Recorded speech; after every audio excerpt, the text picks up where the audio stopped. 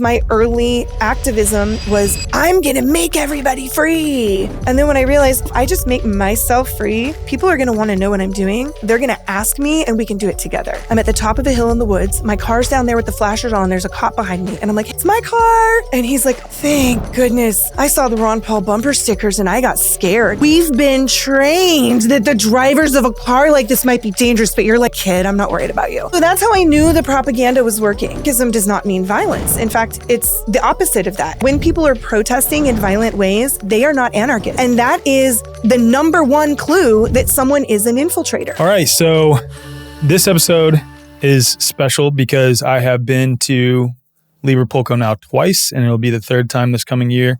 And also been to Anarchapulco once. Wish I could have made it work this last year, but I'm also kind of happy that I didn't come because of the whole Puerto Vallarta situation. I know nothing really came of that it was that bad.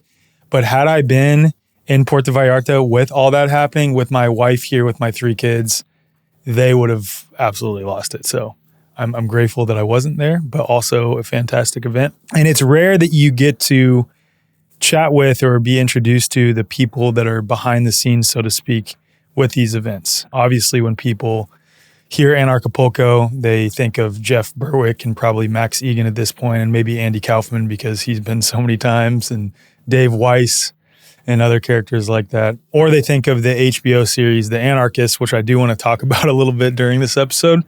But I'd love for you to just start by introducing yourself, Kat. Yeah, well, my name is Catherine, and I live here locally in the Austin area since 2009. I was a Ron Paul political activist. I woke up, I thought I was a liberal. And someone was listening to me talk, and he's like, no, you're not a liberal, you're a libertarian. What year was this? This was 2006. Okay. And I'm like, what's a libertarian? I didn't know what a libertarian was. Uh-huh. And he said, everything you are saying is libertarian philosophy. And I'm like, no. I'm a liberal. I'm voting for Obama, da-da-da-da-da. And he showed me a speech by Dr. Ron Paul, and it was an anti-war speech in front of Congress, and my paradigm shattered. I didn't comprehend how it was possible that a Republican could be anti-war. I mean, now the Democrats are pro-war and, as the pendulum swings. But at the time, that was unusual and very curious for me and very upsetting to a lot of my friends who we had bonded over our, kind of liberal philosophies in life. I just didn't realize that I was a classical liberal. Right. And so that started this incredible journey for me where first I was campaigning for Dr. Ron Paul. I went to the Republican National Convention as a delegate in Kansas City for the state of Missouri. I learned at the RNC that I was a movie extra, and my heart broke. I didn't... Wait, what do you mean? I had no ability to influence anything. Oh, okay. We were literally handed... So you were a figurative movie extra. Yeah. Not that they were filming a documentary without your consent. They kind of were for mainstream television. I mean, that's what it was, right? I mean, they literally handed us chant cards and told us what to chant after each speaker. We were given a banner that said peace to hold when John McCain was speaking. I was like, what is happening? This is 1984 entirely, right? And so that's when I had my first existential crisis, and I got Question Everything tattooed here on my arm. And I realized that, okay, national politics isn't the answer. I started learning about the Constitution and the 9th and 10th Amendment, and I got involved in Missouri politics. We pushed back against the Real ID. Proud to say I have a non-Real ID driver's license from the state of Missouri still because of all the hard work back then. Good for you. It's really, really challenging to opt out of that in Texas. I was at wild. the DMV explaining to the guy, hey, I would like to just get a new driver's license. I don't want to go off on a huge tangent. I could go the whole route of like no driver's license, but I have kids and I don't want to be put in a situation with the power hungry. I don't advise it. Yeah, it's exactly. So I don't want to do that. But I was trying to explain to the guy at the Texas, whatever it's called, it's like the Department of Public Safety is where you get your ID here, wherever it is, that I wanted to just get a driver's license and not have Real ID. And he was like, technically you can do that, but here's the problem. All of the IDs that are sent to us are pre-printed with that star on the ID. And so I ended up getting a Real ID and then, put the state of Texas on notice that I do not, I'm basically signing this under duress, so to speak, and I do not comply with these things. And at least I feel good in that I changed the contractual terms on my end energetically. Does it do anything? I have no idea, but that's amazing you don't have one. Yeah. And, I was a huge right to travel activist for a long time. And it was stressful after I had children. My ex-husband was driving my car that had expired plates because I was just refusing to renew them. It got towed. It was a huge ordeal. I was very pregnant with our first child. And that was when I realized, like, okay, I have to push back in different ways now, right? I'm having children. I can't be a frontline activist anymore. I mean, I got arrested twice. Both times, either the charges were dropped or I was acquitted in court because we do live here in the United States where we are still legally protected by the Constitution, and that does uphold in court, I have found. So very grateful for that. And I went through this process of realizing I needed to move to post-political way of being. And so I had children. I started gardening. I started raising chickens, which I still do to this day. So happy to eat my own eggs when I wake up every day. Love hearing the chickens outside. I've got a huge thriving garden. And I guess I became more of a lifestyle activist than a political activist. And I also, if you can Google it, Austin Chronicle 2020, early August, they posted an article. I was on the front page of the Austin Chronicle because a police officer had unlawfully put my name in a database. And this was a real thing. This is something that happens to activists. They get targeted, they get put in databases. It's unlawful, it's illegal. And I knew these things were happening because, one, the Southern Poverty Law Center profiled me, right? I was on one of their training pamphlets that went out to DHS and FBI. And so I knew, okay, they're obviously looking at me. And when you have children, you want to protect them. And so I needed to move off the front line. I needed to not be on national television anymore. No more True TV, no more CNN. Like, I need to protect my children. But I also became very unfulfilled just gardening and taking care of my kids. And I thought, well, what can I do to still contribute in these meaningful ways? And when the opportunity to produce Anarchapulco just fell in my lap, it was a dream come true, because now I get to lift up the voices of all these amazing people that are doing amazing things, that are in a life location to push back, to be super public, to be vulnerable, to risk their life, to risk their safety. Jeff Berwick, who you mentioned earlier, he and Luke Rudowski, they snuck onto Epstein's Island to document it. Like, these are people that are doing some of the most radical things I've ever heard of in my life. And I get to help lift them up and give them a platform. So I am a retired activist, and I run events and give a place for people who have interesting ideas and are doing really cool things, a place to speak and share and question and learn and grow. It's awesome. Awesome. I want to talk about some of the things you mentioned, particularly the Ron Paul thing, because I've heard from several other people who were previously liberal that woke up to the whole liberal psyop and found libertarianism through Ron Paul, and he was running as a Republican candidate, running against Mitt Romney for the Republican primary before 2012. And they saw inside the RNC and saw how corrupt it was, and saw that the people actually wanted Ron Paul overwhelmingly, but somehow Mitt Romney was sort of thrust in as the preferred candidate.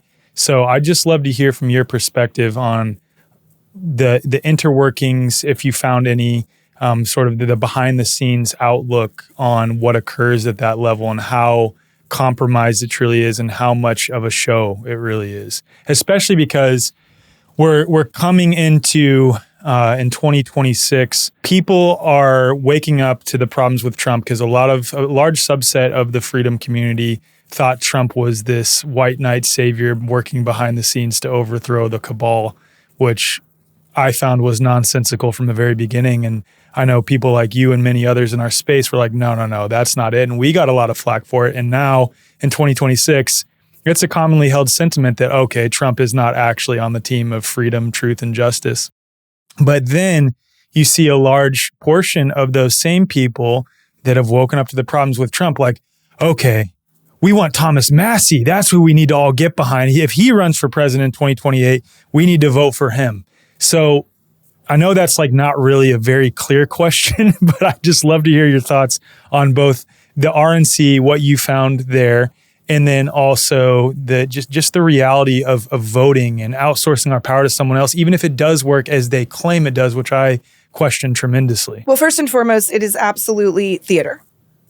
It is absolute theater.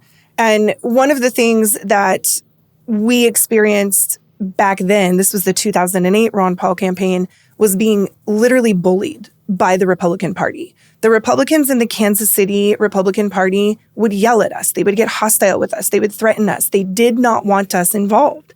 In fact, I had a ring that had a peace sign on it that I took off at the RNC for my own safety because I didn't want to be seen by this mob as a Ron Paul person, because I realized that they were so hostile that I was actually in a dangerous situation. So it wasn't even that the peace sign was thought of as a liberal sign. It was that that was associated by many with Ron Paul. and that association itself, even within the RNC, was problematic. Yes. So from the state of Missouri, we sent a lot of delegates, but not every state was able to send a lot of Ron Paul delegates that year. I think there were maybe 150 of us. I can't remember. Don't quote me on that number, but there's a big group photo of us all outside at the RNC. We took a picture. I don't know if you've seen it's a blue Liberty flag. It's got a few silver stars on it. Mm-mm. I don't remember what it was from. It's from some point during the American Revolution. And we had taken a silver paint pen and we had all signed this Liberty flag and we were holding it and taking a picture. And someone he looked very Secret Service-y with the earbud, dressed in black, just walked up, grabbed the flag, wadded it up, and walked away. Wow. That's the kind of intimidation and bullying tactics that were being utilized against us. Yeah. And I was young. I was 23 years old. I had no idea the reality of the world. And I did a podcast on some small streaming channel in 2009. This is right after that campaign. And I literally had visions of DHS busting in my window. I mean, there were 37 people streaming, right? It was so small, but they had instilled so much fear in us with their bully tactics that 6 months later in the spring of 2009, when all this information about these fusion centers were coming out and, the Department of Homeland Security had been profiling Ron Paul activists, it was this huge thing, state of Missouri, we overturned that report that profiled activists like me as dangerous, radical militia members, potentially violent. For being anti-war. That was the primary impetus, right? And pro-sound money. I mean, that was profiled in there very prominently. Yeah. Was they want to end the Fed and they're into silver and gold. Oh my, right? And I know that this propaganda was working. I know that law enforcement were concerned. This is a little side tangent, if you don't mind indulging me. Please. So I actually... This podcast is full of side tangents, okay, so it's all good. I spoke at a few tea parties, right? I eventually got kicked out of the Tea Party movement because I wasn't actually a conservative Republican, but I was rubbing up against that fringe enough that at first they were bringing me in because I was talking about the Constitution and the 9th and 10th Amendment. So I was living in St. Louis at the time. I was driving to Buffalo, Missouri, which is further west in Missouri. I don't even know where the hell that is. And I grew up in Kansas City. Southern Missouri, south of Kansas City, but it's southwest Missouri. And it was probably a 3-hour drive. I'm driving on the road. I'm talking to my mom on the phone, and it's Highway 44. If you know, there's two lanes going in each direction, and there's a grass median in the middle. Yep. And I see what appeared to be a pregnant dog running down the middle. And I told my mom, hold on, I got to get this dog. I can't leave her in between these lanes of traffic. I stop. I pick up this dog. I bring her to this tea party, okay? So a vendor there gives me a rope to put around her neck, and I'm taking this dog that I don't know around. I call my mom and I'm driving back. It's another 3-hour drive back. And I'm like, Mom, I don't know what to do. Should I bring her to a shelter in St. Louis? And I said, I think this is where it was. I'm just going to stop. And I pulled over on the side of the highway. Okay. This dog has a rope around her neck, starts leading me into the woods. And I'm terrified at this point. I leave my car, which is covered in Ron Paul bumper stickers, in the Fed, Lysander Spooner, all these bumper stickers are all over it. Turn my flashers on. I go off the side of the road. This dog leads me to a church and there's a guy vacuuming. Well, I'm knocking. He doesn't hear me. He's running the vacuum. And I'm I got to get back to the car. This is terrifying. I try to pull her back. She won't let me. So we go running down this gravel road. Okay. I'm running with this dog in the dark on a gravel road. She leads me to her puppies in a barn at a house. I just happened to stop in the exact right spot. Wow. So the point that I'm getting to is that after knocking on their back door, finding out she followed the pastor to work, who's the father of the household, she followed him to work, ended up on the highway. I brought her back. I go back to my car. They're like, do you want us to drive you there? I'm like, no, I'll just follow my way. I went to the church, went through, down the side of the road. There's a cop behind my car. So what do? It's pitch black. I'm at the top of a hill in the woods. My car's down there with the flashers on. There's a cop behind me. And I'm like, hey, it's my car. I got my hands in the air, And he's like, oh, thank goodness. I saw the Ron Paul bumper stickers and I got scared. What? We've been trained that the drivers of a car like this might be dangerous, but you're like a kid. I'm not worried about you. What the hell? So that's how I knew the propaganda was working, right? Oh, my God. Because here I'm, They've been trained.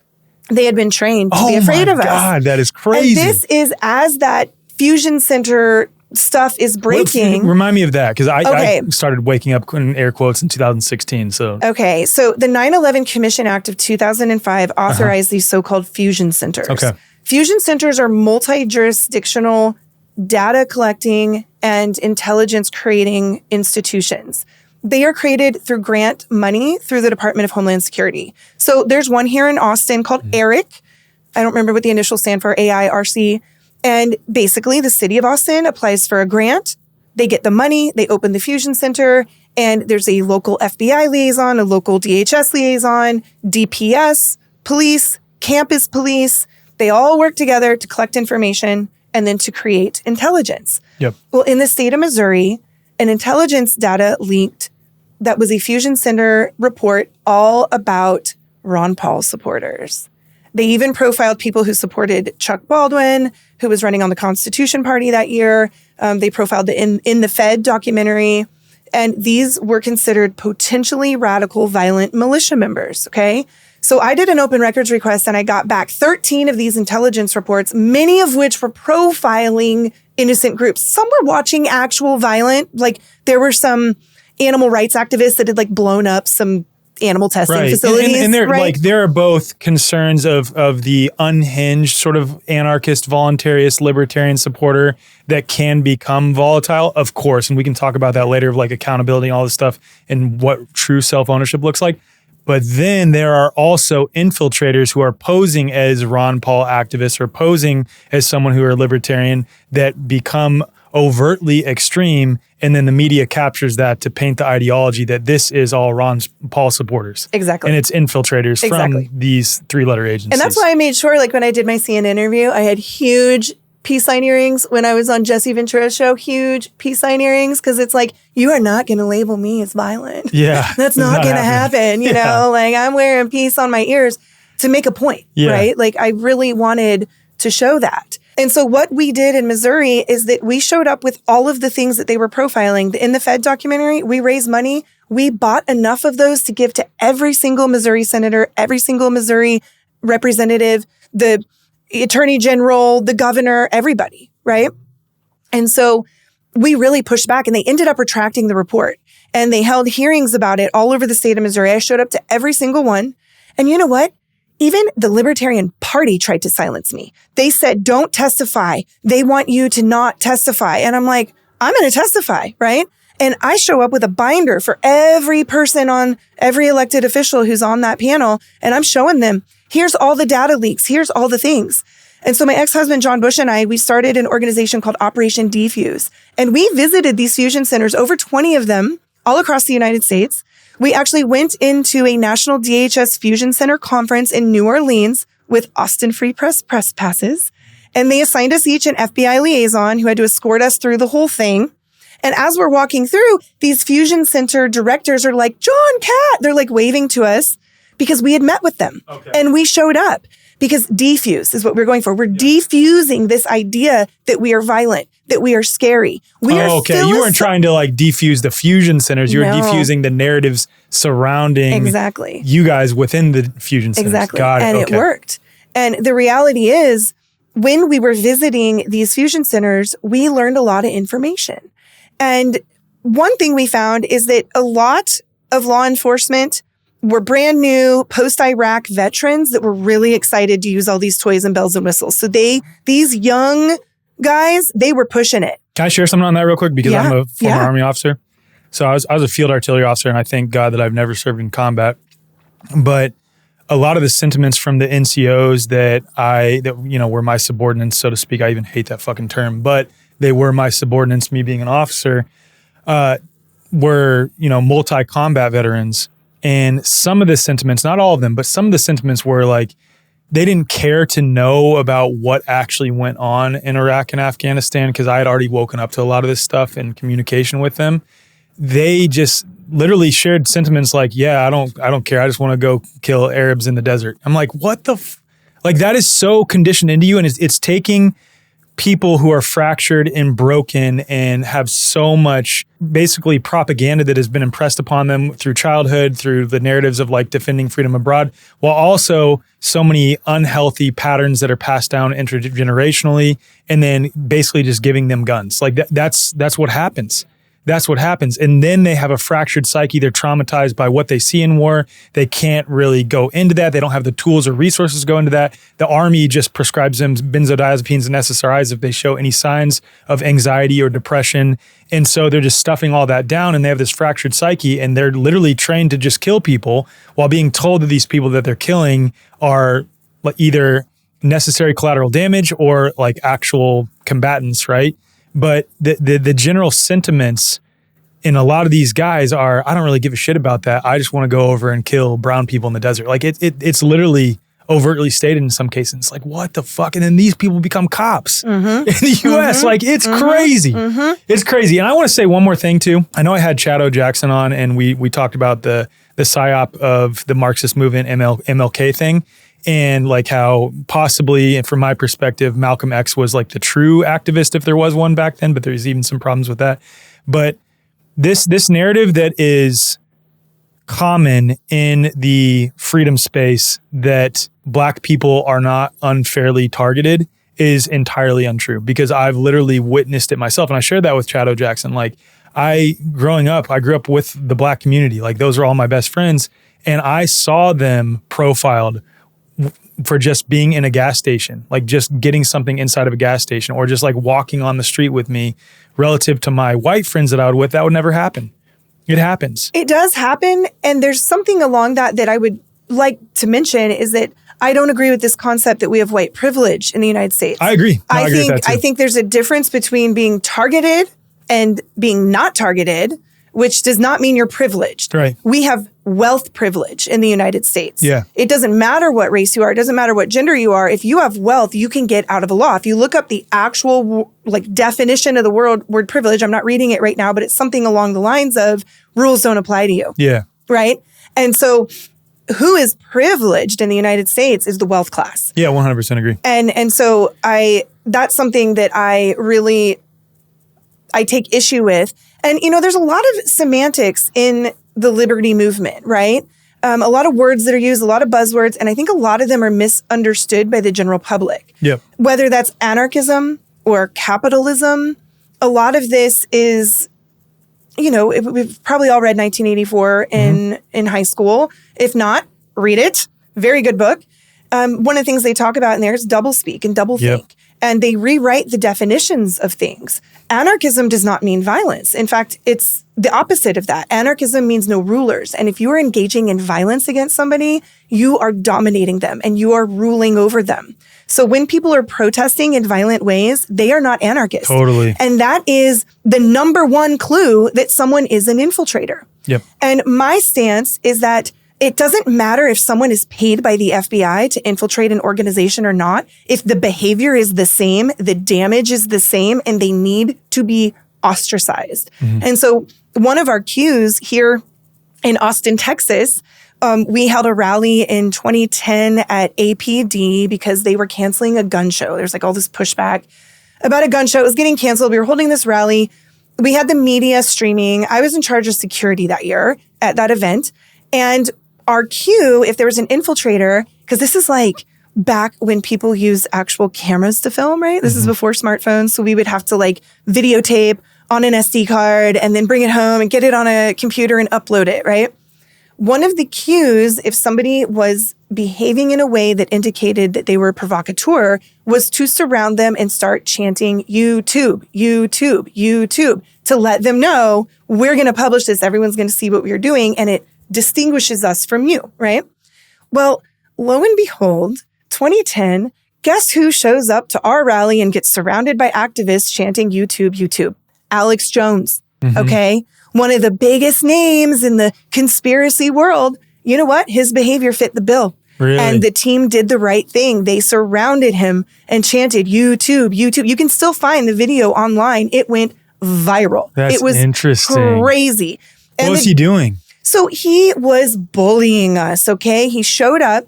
We were being live broadcast by the 5 o'clock news, okay? Live local TV was streaming a local lawyer named Jerry Lynn Ward. She was giving a presentation on a bullhorn, and he walks up and starts bullhorning over her.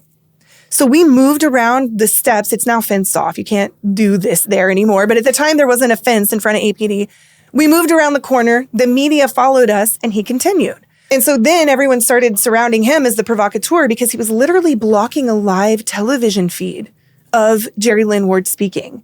And so I walked up to him very quietly. I'm barefoot. I've got pigtails. I'm like 24 years old at this time. And I'm holding my little camera.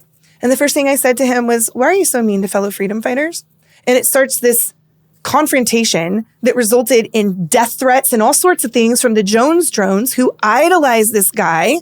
Instead of realizing when people behave in bad ways, we have to distance ourselves from it because this is how these reports get issued and people believe them. Yeah. If they think that we're associated with that kind of behavior, they're going to read a report like that and say, oh yeah, that happened at APD. We saw, they're trouble. We should be worried about them. But if the Austin Police Department sees us distancing ourselves from that type of behavior and holding that type of behavior accountable, did he ever show up and bully activists again? Not that I know of.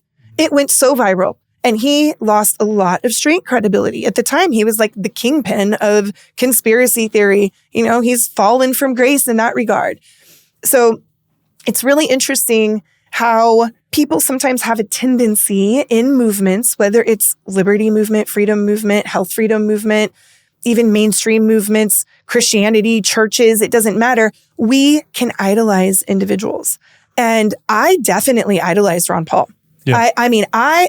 People came up to my house and they were like, is this the campaign headquarters? I was so decked out in Ron Paul, and he's a great guy and I respect him so much. And I recently started watching some of his videos again and I'm like, damn, this is good. Like, no wonder this woke me up, right? But the reality is he also had to do certain things to hold certain positions in office, right? Like he sent out a mailer supporting Lamar Smith. We confronted him. Why did you send out a mailer supporting Congressman Lamar Smith? He is a warmonger. I said, well, in order to have seats in, certain committees, I got to play ball. This is, we have to do certain things.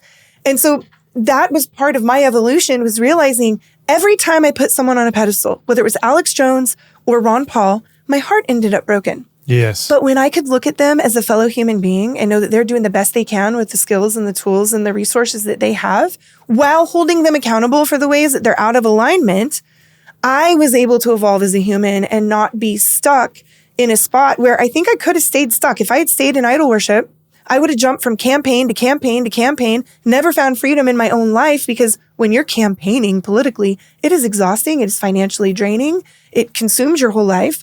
To find real freedom, you got to focus on yourself, not other people. Totally. And that was my early activism, was I'm going to make everybody free. And then when I realized, if I just make myself free, people are going to want to know what I'm doing. They're going to ask me and we can do it together. And that, Amen. That has taken so much responsibility off my shoulders. I'm not responsible for your freedom. You are. Totally.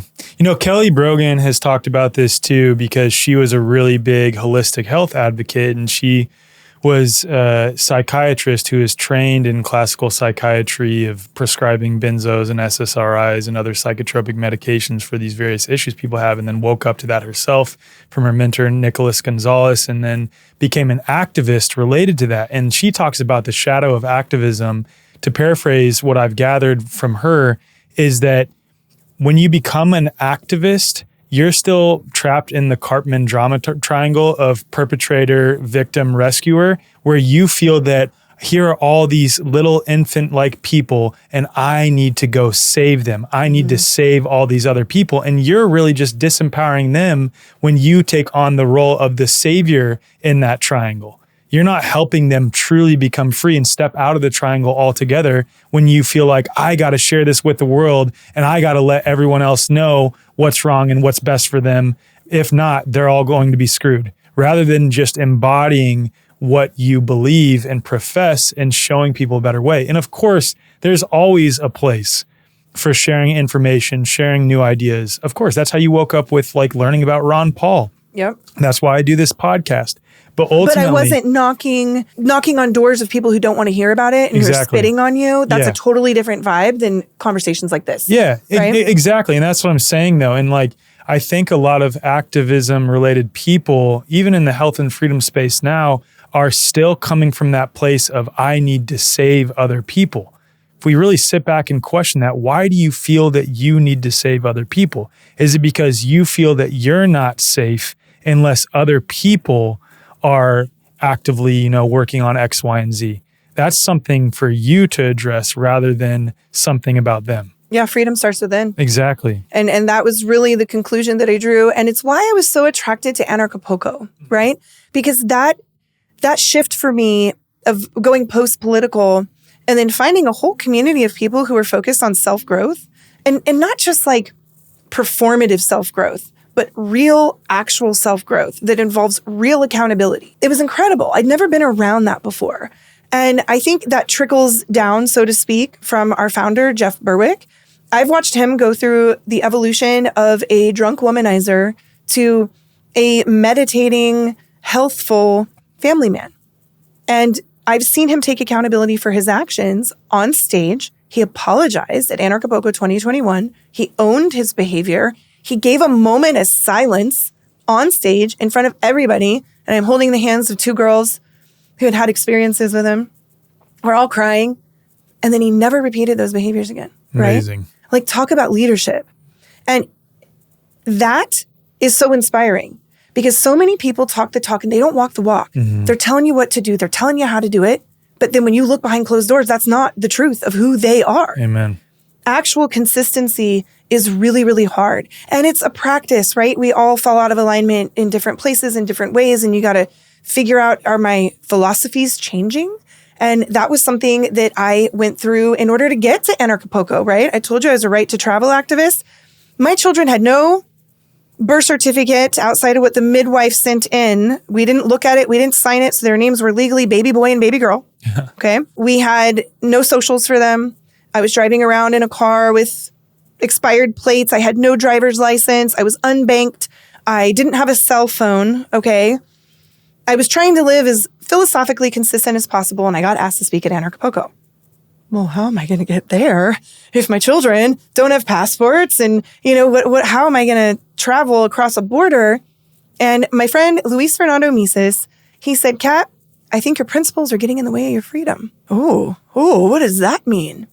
That's interesting too. Because I was just thinking as you were talking about the idol worship thing, I don't want to go off on a tangent on that. I want to explore this, but there's this sort of spectrum of principles and strict adherence to principles and pragmatism, like in the case that you brought up with Ron Paul. If his genuine desire is to grow liberty from a political sense, which I question that, but let's assume it's genuine. I think it is genuine with him, right? I think it is. He has these principles that are libertarian principles, right? And in some cases, in order to get in the rooms and be on the platforms and all the things and have the ability to affect change in whatever arena he's in, you have to make concessions and lean towards pragmatism a little bit and not be strictly adhering to your principles. So this is another example of that where it's like, I'm strictly adhering to these principles, which ironically is inhibiting my ability to explore the earth freely or to do X, Y, and Z things with my kids. Yeah, so I went through another paradigm shift. Yeah. And now I'm trying to get citizenships and residency everywhere I possibly can. My family gets our permanent residency in Mexico in October. Okay. We've gone through the process of getting temporary. Now we're going to move into permanent. So myself and my 3 children will be able, and my husband, will be able to live in Mexico the rest of our lives if we want to. We can cross the border freely no matter what happens because we are allowed to be there.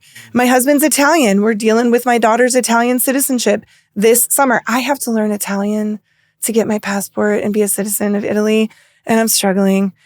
I'm taking Italian tutorship if anyone is willing to help me learn. But for sure, my youngest daughter will get her Italian citizenship. I've got my Liberland citizenship. I'm about to get my Serbian citizenship. Sweet. I shared that with you. And that's going to unlock so much of the world for you, right? And especially as we have people like Trump running the United States, and we start losing visa access or having higher restrictions to other places like Europe, it becomes really important to have as many documentations as you can if your goal is to travel. Right. For me, I believe in a decentralized geography, and this is what I'm trying to manifest for myself and my family. This means I've got deep roots in multiple places, right? I live on an intentional community in Texas. It's the perfect place for me to raise my kids right now. I also am working on my citizenship, my permanent residency in Mexico. Deep roots there. It's where my job is, right? I've been going back and forth to Mexico, living part of the year there since 2018. Deep roots there. I've got deep roots in Missouri, where I'm from, right? And one day we'll inherit our family farm there. And that's an important place for me to maintain deep roots. And Italy, where my husband's from, where my daughter's family is from, right? And now I'm starting to dig roots in the Serbia, Liberland region in the Balkans, mostly because my work is taking me there. But also, when you have deep roots in multiple places, you have freedom. If there is an earthquake or a hurricane like happened multiple times in Acapulco, you can pivot. You don't have to start over. You already have relationships. You know where to get your raw milk. You know where to get your veggie box. You know where to do all the things that you need to do. I already got a chiropractor. I already got a biological dentist. I already got all the things I need in each of the places, right? And so that way, when disaster strikes, whether it's political or actual disaster of a, catastrophic sort, tornado, as from the Midwest. Oh, yeah. These things happen. You've got a place to go. It's already set up. You're ready to roll. So I'm trying to create legacy food forests in all the places where I'm doing deep roots. We planted about 200 trees and berry bushes at Greenbrier this year. I sent up a whole bunch of trees up to Missouri. My poor husband had to plant them all by himself, but they're there. They're in the ground. And even if a small portion of them survive, if we ever need to pivot to that space, I know I've got a food forest growing already, right? That's amazing. For generations, our ancestors lived in harmony with nature, thriving on a nose-to-tail approach to nourishment. Organ meats, often called nature's multivitamin, were a staple, providing essential nutrients that supported energy, brain function, skin, gut health, and reproductive vitality. Yet today, these deeply nourishing foods are largely missing from modern diets, leaving many of us unknowingly depleted. Let's be real though, most of us aren't eating organ meats the way our ancestors did. Whether it's the taste, texture, or simply a shift away from traditional foods, we've lost touch with this vital source of nourishment. And that's where Paleo Valley's grass-fed organ complex comes in.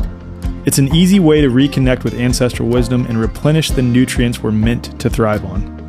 Sourced from grass-fed cows on small regenerative farms in the US, this blend includes liver, heart, and kidney, freeze-dried to preserve their full nutritional integrity. No fillers, no synthetic processing, just pure, bioavailable nourishment. Those who incorporate the grass-fed organ complex notice more energy, balanced moods, and renewed vitality, sometimes within days. If this speaks to you, you can explore more by visiting the show notes or heading to paleovalley.com/thewayforward. And in this case, forward is fully spelled out. So paleovalley.com/theway, FORWARD, and a 15% discount will be automatically applied at checkout. Some people would look at what you're saying and say that making concessions this way is feeding the system. What would your response be to that? Okay, so there is this ghostwriter named Claire Wolfe, and she wrote a book. I can't think of the name of it right now. We sold it at Brave New Books. I wish I could think of the name of the book. It might be How to Be Invisible, maybe. I'm not sure which. But she says there's 3 ways to basically work against the system, right? One is to be a ghost, is to disappear, poof. And that's what I was trying to do originally. No papers, no documentation, just moving through quietly. You can also be an agitator. You can push back. You can be loud. You can get in the face, right? I kind of had one foot in that world and one foot in the ghost world. Trying to do the hybrid, it wasn't a good hybrid. I feel like that would be the worst hybrid. Like a person who's like basically undocumented, then also fighting back against the system. Yeah. That's where I feel like that actually puts you in legitimate danger. Well, yeah, because they could take your car. No one knows you've got no paper trail. I mean, and your kids aren't, it's a whole thing. Yeah. So yes, or you can be an infiltrator and you can work within the system like someone like Dr. Ron Paul, right? And I would argue there's probably other ways, right? Yeah. But in her book, this is what she was talking about. And I think that can change for people throughout life, right? My role as an agitator is over. Yeah. I cannot risk being arrested again, right? My ex was arrested when our daughter was 3 months old. I said, that's that. No more. Never. No more. Yeah. We will not put ourselves in situations where this could happen.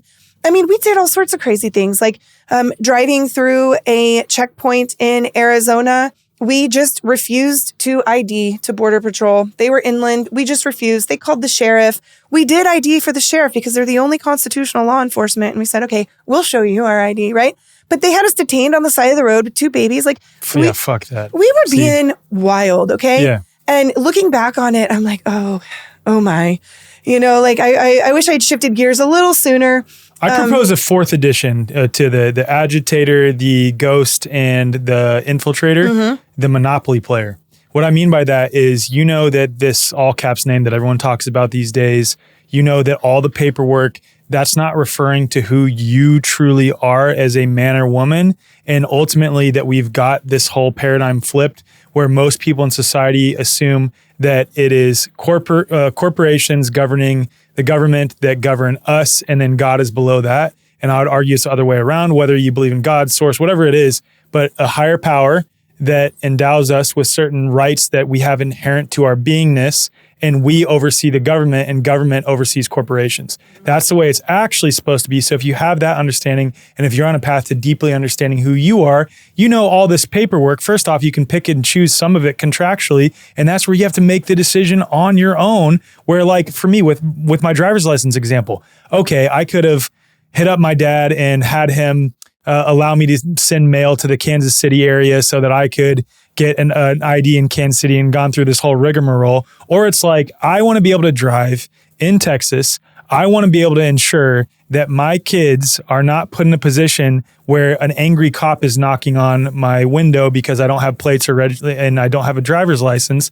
So I'm going to choose the best path for me. That is the best path for me. It doesn't have to be the best path for anyone else. It's up to you. But if you're the monopoly player, you understand that all of these things related to all caps name, it's like a game of Monopoly. And you can choose when to play the board game versus play real life. I think I'm a monopoly player. Yeah, you're a monopoly player. Yeah, for sure. Yeah, you're not an agitator. You're not an infiltrator. You're not running for office. Nope. Yeah. Nope. I used to think I would. I was going to be a state rep in Missouri. I had all these dreams. But that was really when I was still looking at the world through the power and control paradigm. Right? And now I don't see the world through that lens. And, I think it's a really important distinction that you're bringing up here about the government and the corporations and how it should be one way and it's inverted currently, because that's where I think a lot of people take issue with the word capitalism. Anarchapulco is known to be a very heavy anarcho-capitalist event, right? There are other type of anarchy movements that exist, and they do overlap in some ways with Anarchapulco, but I would say generally speaking, most of the attendees are Murray Rothbardian anarcho-capitalists. And what I have found, like out in the wild on the Instagram and all that, right, is that people have demonized capitalism because they conflate it with corporatism. And they don't understand that the reason the Walmarts and the Amazons and these, big box companies are coming in and booting out the little man is because they have tax incentives. They are paid to come in and do this. And in fact, they probably pay less in taxes than a lot of average Joe Schmoes. And so this is incentivized behavior, and that is not the free market. No. That is not what Murray Rothbard talked about. That is not anarcho-capitalism. That is a controlled market. That is corporatism. Totally. And that is a distinction I think is so important, especially if some of your listeners don't know the difference between capitalism and corporatism, capitalism is benign. It is the family working at the Renaissance fair, selling the jewelry that they make, right? It is me making a bracelet and selling it to a friend. It is just taking something, making something, and moving it. It is not coming in and clear cutting the rainforest. It is not coming in and putting 2,000 acres of solar farms out to do a data center that is, incentivized by the government. Like, that's not the same thing.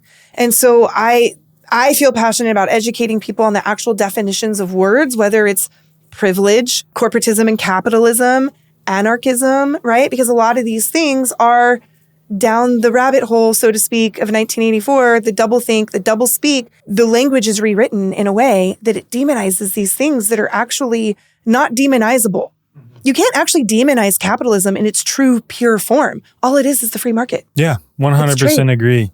Yeah, people will even refer to like the multinational oil conglomerates that have been formed, these like massively toxic oil companies, and then the pharmaceutical companies, and say, here's what capitalism looks like. And it's like, these companies are manipulating government to create loopholes for them. And then in many cases, for example, with the pharmaceutical industry, putting forth stuff that is completely pseudoscientific under the guise of scientific, so those things can be regulated as safe and effective so that they have the means to distribute these products that are fundamentally toxic to mankind. It has nothing to do with capitalism. It's legalized poison. Yeah, exactly.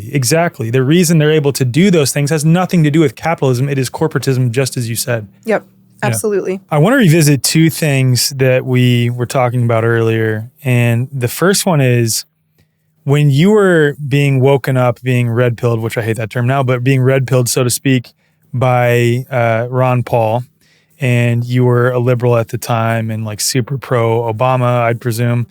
Okay, when that was happening, did you try to show any of your liberal friends this stuff from Ron Paul? Oh, yeah, they freaked out. What did they say? They freaked out. They were like, he's a Republican. Republicans are bad. So they were just so hung up on that. They could not see the principles that he was sharing. Yep. Oh my God. Yep. They couldn't even see past it. Yeah. And that's why I do think ultimately, even though I don't think we're going to save the world through politics, right? No, absolutely not. But having people like Dr. Ron Paul have a platform that's big, it gives them access to minds like mine that otherwise never would have heard what he was talking about. And then you change your real world behaviors, spending habits, like how you approach life.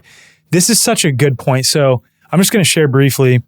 A friend of mine who's very, very, very high up in the MAHA movement, like actively going to like closed door congressional, like meeting with senators, all these things, meeting with 3-letter agencies, has become frustrated because a lot of promises that are being made by the Trump administration or were made during his campaign for 2024 related to the MAHA movement are not actually happening.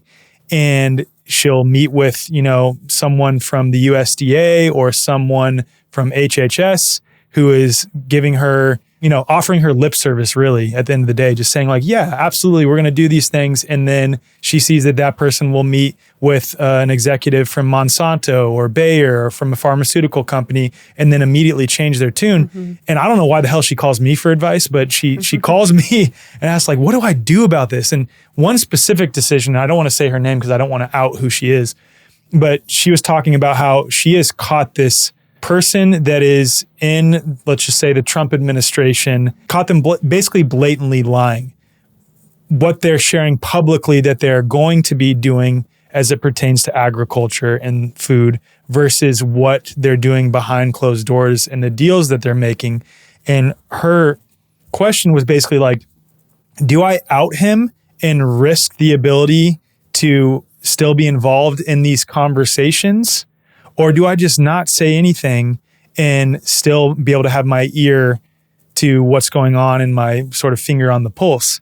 And I was basically like, you got to pick and choose what's best for you. I can't speak to that, but... Is she going to be an agitator or an infiltrator? Right, exactly. I'm like, I don't know. You got to choose what's best for you. But here's the one thing that I want to say to you, because she's grown really frustrated with coming to the understanding that there's not much that can be done in the political arena at the federal level, when she had tremendous hope that there could be some things that were done to create long-term health, freedom, et cetera. And I said the exact same thing. I said, you have to look at it a different way, by you having this massive platform that you have to share these ideas and to expose the corruption that's going on there, you are changing the hearts and minds of people, and the people can make better decisions. And then when the people, en masse stop buying anything that's sprayed with glyphosate, the companies who are at this current moment controlling the government in a variety of ways through corporatism are forced to change, because all they care about at the end of the day, or their primary concern, is their bottom line. So if the people change and reclaim, or really just remember their own power to affect change, even outside the political landscape, the politics are forced to change at the end of the day. That's where the real change comes from. So by having the platform, Dr. Ron Paul, same thing. Even, I have a lot of misgivings with Bobby Kennedy, like a lot of misgivings with Bobby Kennedy. And I have to, give him credit, because the position that he's in as Secretary of HHS has allowed these conversations that were just happening in fringe circles to now be brought into the mainstream. And when I was on the High Wire with Del Bigtree recently, he shared a stat that upwards of 60% of moms and dads in America are going to skip at least one vaccine for their kids. That would be unheard of even like 4 years ago. But it's because not any political change is happening. I have completely cast aside that. I don't think that will ever happen. I don't think it's even possible to with how it's set up, because the moment someone actually, changes the vaccine schedule in the case of Bobby Kennedy, who's to say that the next administration doesn't just reverse it right back? Like, it's going to be this battle forever, instead of just, we don't even have to play those games. We can choose. We can convince all the people in this state, don't go see a pediatrician. Or even like with California, right? Like, I understand SB 276, SB 277, you basically can't get a vaccine exemption for your kids at this point to go to school. You can't. It's literally impossible, essentially. But what if, all at once, the parents were like, we're not sending our kids to school. It's not fucking happening. Like, we're not doing it. I don't care. That's what's happening in Texas, basically. Exactly. And that's my point. The public school system's imploding because parents aren't sending their kids anymore. Exactly. And then what happens? They're like, oh shit, we kind of got to change. I heard from a pediatrician friend of mine. This is the last thing I'll say. I know this is very long-winded, but a pediatrician friend of mine, that a lot of the pediatric practices that were very, very staunchly pro-vaccine, like the type that would report families to CPS if they did not vaccinate or if they started questioning it within their practice, are now having to soften that approach and be like, okay, we need to be willing to have these conversations with parents. We need to be willing to allow for the skepticism in our practice. We need to be willing to maybe allow for them to do a delayed schedule. Otherwise, we're not going to have parents coming in at all. We're going to lose our practice. And that's the point. Like that's where the real power is individuals taking responsibility for themselves and their own actions, and then inspiring other individuals to do the same. Remember our true power.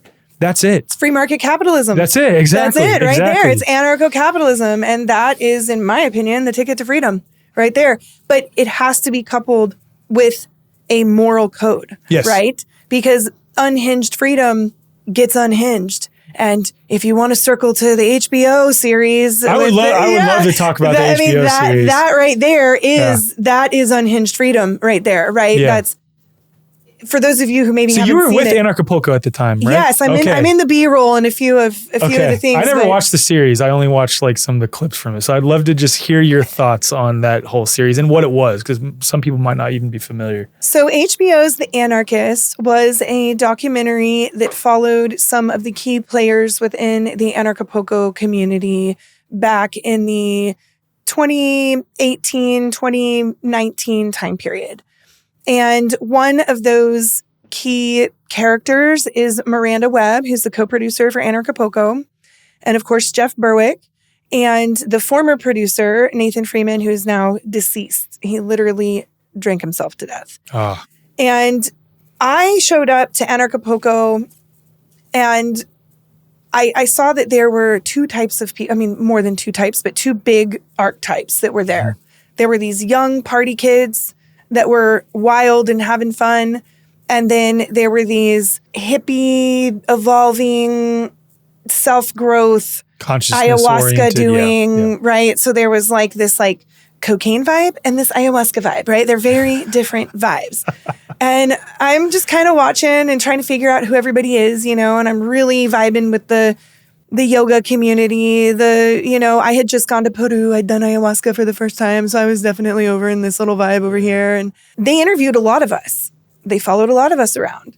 But those of us that were just homeschooling our kids and traveling the world, we weren't controversial, right? Those that were engaged in things that were controversial, they're featured. And so be aware when you watch this, you're only seeing the dark side. There was dark and there was light. There was both. It was a dichotomy and it was very beautiful. And what they feature is the beginning of one of the most amazing transformations I've ever seen from both individuals and a community as a whole. So as you watch this, there's murder, there's shooting, weapons, there's drug use, there's alcoholism, there's tragedy, there's heartbreak, right? And that just reinforces the cultural narrative of what anarchy is, which is what anarchy actually isn't at all. And so it's hard to watch. Yeah. And it's really hard for me to watch. And thankfully, at that point in time, I already knew to set good boundaries. I didn't let certain people come to my condo. I wasn't associating myself with the people that I could see were doing things that lead to things like getting shot in Mexico, right? You engage in certain business activities and you're competing with the cartel and you're likely going to get yourself in a situation, right? Yep. So I stayed away from those types. And Miranda, who is part of Anarchapulco, she's like the main character of this. She was essentially trafficked to Mexico by her former boyfriend who went by the pseudonym John Galton. Okay. They were fugitives from the state of Ohio. She's still a fugitive from the state of Ohio. She cannot come back into the United States because they have charged her with cannabis distribution type manufacturing because she would smoke dabs. And this was for personal use, but they saw the stuff to make the dabs and felt that she was distributing. So they crossed the border in Tijuana. They drove all the way to Anarchapulco and they tried to create a life there. He ended up shot and killed. Oh, wow. Okay. And what happens after that is not featured on HBO, The Anarchist. What happened after that is that Miranda becomes an entirely different person. She starts to realize the dynamic of the relationship she was in. She starts to realize what was happening to her and she starts taking ownership of her life. So when you watch this series, you're going to see she's covered in huge sores all over her body, dreadlocks, very skinny, emaciated, does not look well. Mm-hmm. And you look at her now, she is strong. She is glowing. She is vibrant. She is productive. She is the most important sidekick for me with Anarchapulco. I literally could not produce the event without her. I need her. I need her to be able to come to Liberpulco in Serbia, and she can't because she is currently a fugitive from the state of Ohio. So she just got brought on as an enemy of the state. There's this organization called Enemies of the State, and they support people like Roger Ver and Ross Ulbricht, who thank you, Trump, for that one. Yeah. Thank you, Trump, for that one. Yeah. I will say he did get Ross out of jail. Free Ross. I think he was just throwing a bone to the libertarians at the very beginning. We'll take that bone. There's a lot. Yeah, I know. But there's a lot of people who are like, oh my God, he's actually going to do a lot of the things that we thought. Like he might actually dissolve the IRS. Well, he did the one thing, and that was a really big thing. Yeah, for sure. And he's actually from Austin, by the way. I don't know if you knew that. That makes a lot of sense. His mom and I share a birthday, and he and my son share a birthday. And we both went into labor on our own birthdays and gave birth to our son the next day. And we both used the same midwife, 29 years apart. Wild. Isn't that wild? That's crazy. Crazy. Yeah. Weird. Wow. Synchronicity. So, yeah, I think when you watch it, you're going to be like, I do not want to go to that event, right? That is gross and horrible and no thank you. But if you see what's happening now, you'll understand the power of Anarchapulco. Because if you can take a community that is in that dark of a place. And this is the problem with like a move here kind of thing, which people were just showing up to Anarchapulco. When anyone can come, the first people who show up are the people who have nothing left to lose. It's the fugitives. It's the veterans with such bad PTSD that they can hardly function. It's people without families, without businesses, without jobs. They're the first to show up. Yeah. And that happened with the Free State Project too. When they first formed and I was going out there, I was like, I can't live here. These people are insane. Well, now they have a bunch of families and it's 20 plus years later and they're like breeding out statism is what they say, right? Their community has evolved as well. And what happened with Anarchapulco is it went through this horrible dark place where the first people who showed up were the unstable, the people who had nothing left to lose, but the people who stayed were the ones who could guide those who survived through their darkness and essentially midwife them into a beautiful place. And so what's happening right now is that there's way less anger. There's way less sadness. It's rejoiceful when you get to Anarchapulco because you're showing up to this like-minded community of healers, self-healers, people who are healing themselves because we all grew up in a trauma-based society, all of us. Whether you were hit in the home or not, it doesn't matter because the whole society is based on trauma, right? It is absolutely ruled by force. My guest yesterday talked about we grew up in a war paradigm, a war society. That's it. Absolutely. Yeah. So we have to take ownership of that and do our own healing. And when you look at people like Jeff Berwick, like Miranda, who have had these incredible transformations, I mean, it is awesome. I have never seen anything like it. I had a front row seat for it the whole way, right? And, Miranda and I talk all day, every day. We literally talk all day, every day. And so I've had the most front row seat. We have matching tattoos, by the way. This is our wifey for lifey tattoo right here. Yeah, it's the neatest thing I've ever seen. And it inspires me to keep evolving because sometimes you go through this big healing thing and you're like, I've made it. And then 3 years later, you're like, wait, no, I did not. I was just getting started, right? And so when you're surrounded by people that are constantly pushing themselves to be better and then enjoying the moment when they get to that next spot, because we don't always want to be stuck in striving.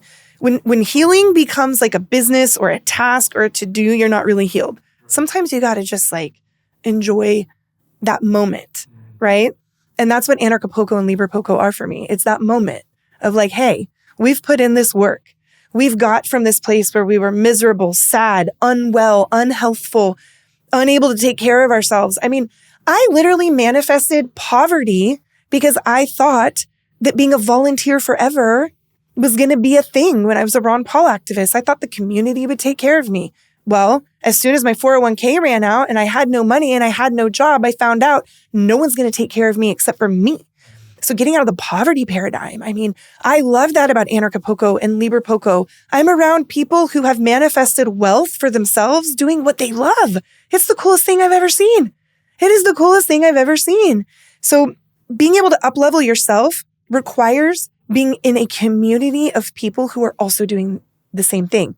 And not meaning that you're doing the same thing literally, but that you're all striving to be uniquely yourselves in the best, most vibrant way possible. And that is what the Anarchapulco and Liberpulco communities are for me. Amen. And I think that's probably what Confluence is for you. Yeah, absolutely. Right? Yeah, absolutely. Yeah. I'm glad you got to experience that a little bit too. Me too. I showed up with whooping cough, sorry. That's okay. I'm not worried about it at all. I don't think any of our attendees would be either. But one question I have, because I'll just share this. When I went to Anarchapulco in 2024, I had an absolutely awesome time. And yes, there was elements of it that I didn't really agree with, but they weren't event-centric. What I mean by that is there were things happening tangential to the event, like people were going to Max's bar and getting absolutely wasted, and that's okay. That's their prerogative, but they weren't being belligerent or anything like that. They're just, they're drinking, and that's okay. No, there's nothing wrong with that. It's just not for me.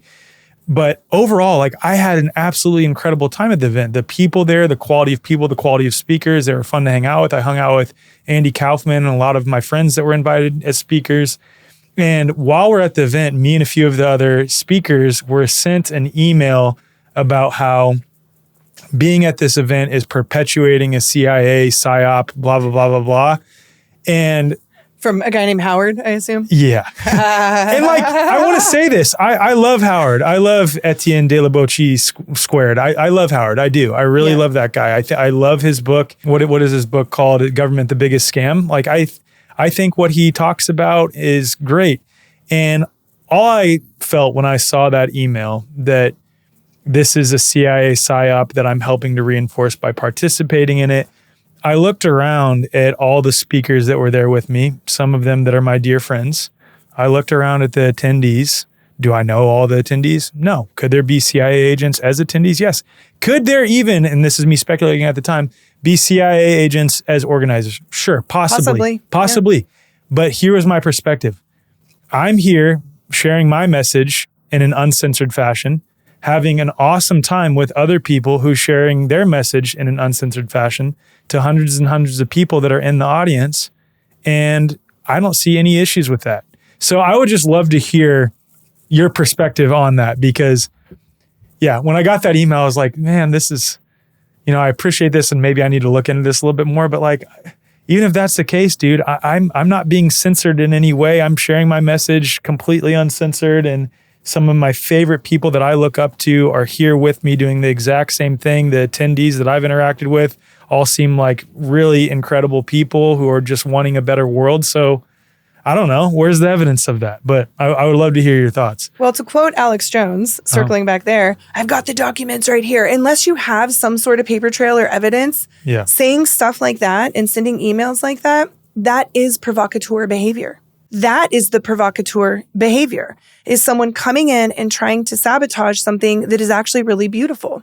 I can tell you firsthand, Jeff has never in any way behaved in any way toward me that has led me to believe that he is an infiltrator or influenced by government in any way, right? I wouldn't be working with him if that was the case.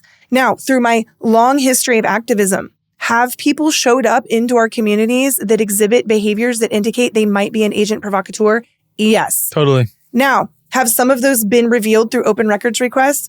Yes. Brave New Books in Austin, Texas had a firebomb plot created by an FBI provocateur named Brandon Darby. No way. He also had a firebomb plot against the RNC, okay? No shit. This is a known agent provocateur. Yeah, and exactly. if you read, there's a local environmental activist, his name is Scott Crow, and he's more of, I don't want to speak for him, but I would say he probably leans more anarcho-communist, I would guess. He's more of a left-leaning anarchist.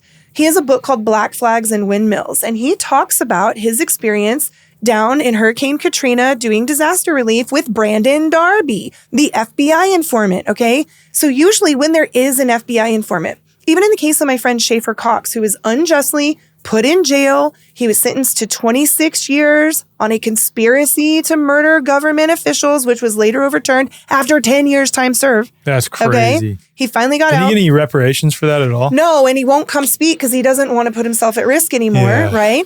But the fact of the matter is, open records requests showed that he also had an agent provocateur. And you know what? That FBI informant was on Twitter tweeting about the case. And I found myself interacting with him. And Schaefer emailed me from jail and was like, stop, Kat. Do not interact with him because this is how you entangle yourself and you get yourself in trouble. Do not engage. So I blocked him everywhere and I cut it off, right? But the reality is, if there is an agent provocateur, you could prove it most likely. Yeah. You could find a way to prove it. Now, I have a few theories about agent provocateurs in my world, and I have filed an open records request on myself. Both the FBI and the DHS have denied them due to national security risk. So if any of your followers... On myself. And I know I've been unlawfully put on a list here in Austin, Texas by a police officer who... Oh my gosh. Do you have time for another side tangent? I don't care. That's fine. Okay. So this officer, Jason Mistrick, he's the one who arrested John when our daughter was 3 months old. Okay. He was arresting a drunk guy on 6th Street in Austin. For those of you not local, this is like the party street in downtown Austin.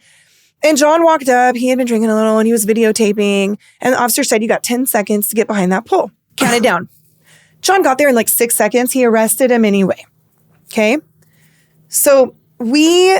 As the crazy activists we were, people looked up the arresting officer's name. We were going to go flyer his neighborhood. We were like brainstorming on Facebook, like how are we going to, we're going to push babies in strollers and have balloons. We're going to flyer the neighborhood and tell everybody that their neighbor is, a bully cop and da-da-da-da-da. Well, that scared this officer and he began to literally stalk me on Facebook.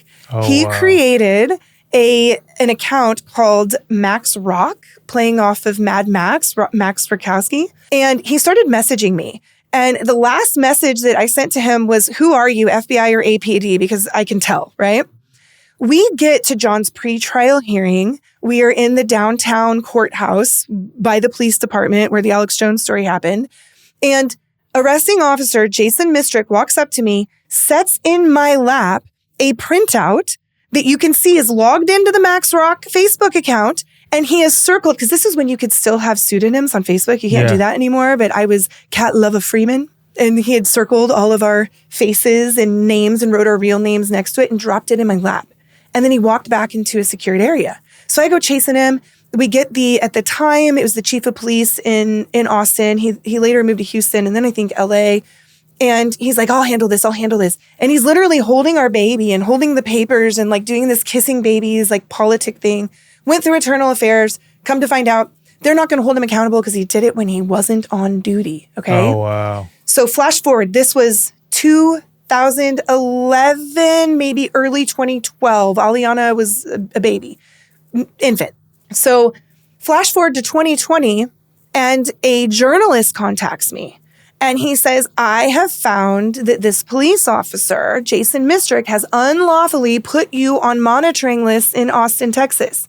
So it was a journalist researching something else who happened to find it through the open records request. So I've learned myself that the open records request can reveal these things. I never thought to file one with APD on myself, right? But I had filed them all over the country on fusion centers and, all these different things. I'd gotten so much information. I mean, we were able to like antiwar.com was able to sue I think it was the FBI. Someone put them on a monitoring list, right? Because we found this information. We received documents at that Fusion Center conference that I mentioned that showed that they were monitoring 90.1 FM here in Austin, which the reason I moved to Austin was to do FM radio. Oh, wow. Yeah. I didn't know that. So I was on 90.1 FM. John and I had a morning show Monday, Wednesday, Friday. They were monitoring that. They were monitoring Brave New Books. They were monitoring antiwar.com. I walked out from a vendor booth with a CD that had a list of who they were monitoring on it. Okay? Like, so I know for a fact, right, that they were watching us by name, by organization, by the things we were doing. The Southern Poverty Law Center mentioned me multiple times by name, John multiple times by name, Operation Defuse, Liberty Restoration Project, Texans for Accountable Government, Brave New Books, all listed in their documents. And they're the ones who train FBI and DHS on who the radical militia members are and who to be scared of, right? So all of that to be said, I have filed an open records request on myself to DHS and FBI. Both have been denied due to national security risks. What do you make of that? That either we are actively being infiltrated and monitored, or we were at one point. There's someone close to me that is likely an agent provocateur. Oh, wow. That's my theory. I could be wrong. Okay. And so what I need is some sort of civil rights attorney to help me get these open records requests pushed through. Yeah. Because I am super curious at this point. Like, what is actually going on, right? Yeah. And of course I thought, oh, I'm off the grid. I'm behind the scenes. I'm just producing Anarchapulco. Well, I'm like rolling with all the most controversial people on the planet, literally, right? So I'm sure I'm probably still on their radar. And I know for a fact I was 10, 20 years ago. And so and this was a recent open records request, not in the past 1 year, but in the past year and a half or so, that got denied. So why? Who? What? Right? Yeah. I want to know. Because to me, that says there's something actively going on and I need to know. Do I need to be protecting myself? Is it someone in Anarchapulco? Is it in my family? Like, who is it? I would like to know because I have a lot of questions at this point in time, right? Totally. And, the bottom line is, what's that saying? Like, it looks like a duck, it quacks like a duck. Circling back to Howard. Look, if you're behaving like an agent provocateur, it doesn't matter if you're paid by the FBI or not. If you are literally sabotaging good people doing good things because you're not welcome in a certain community because of your bad behavior. Oh, really? Okay. See, I have no idea, so I don't want to speak for or against Howard at all. All I know is him, like in my introduction to him. We've had to set really strong boundaries with some people. Okay. And the reality is, we try to maintain an environment within Anarchapulco. I think, especially post that time period with the Anarchist, both Jeff and myself, we've really worked to protect the integrity of Anarchapulco. We would rather have a smaller event that has the right people there than a larger event that is chaotic and destructive, right? So I think a lot of people, their healing process sometimes will start in anger, right? And a lot of times when you're grieving the loss of your worldview, you're going to be mad. But Anarchapulco is not the place to come act out that anger. If you want to come figure out how to be another way in the actual reality in which we exist, come. We're going to work with you and help you and figure it out together, because I was angry too, right? We've all been angry about the state of the world. And for me, it was actually the Porcupine Freedom Festival. I was up there in 2009. My heart was broken because I thought Ron Paul was going to save the world. I was so mad. And they had this thing called Soapbox Idol. It is a 3-minute ranting competition. And I am on the stage giving a rant, and it struck me like a bolt of lightning. And the end of my rant, it was about the centralization of the Ron Paul movement, right? I was just livid about it because they wanted to take our local organizations and call them Campaign for Liberty. We were like, no, we are maintaining our local Kansas City Liberty Restoration Project. Like, no, we will not buy into a top-down thing. It's not going to happen. So I'm on this stage at the end of my 3-minute rant. It hits me like a bolt of lightning. And I just scream at the top of my lungs, I'm a mother effing anarchist. And needless to say, I won the rant off that year. But it was being there in that environment, listening to conversations about minarchy and anarchy and limited government versus constitutional government versus voluntary and consent.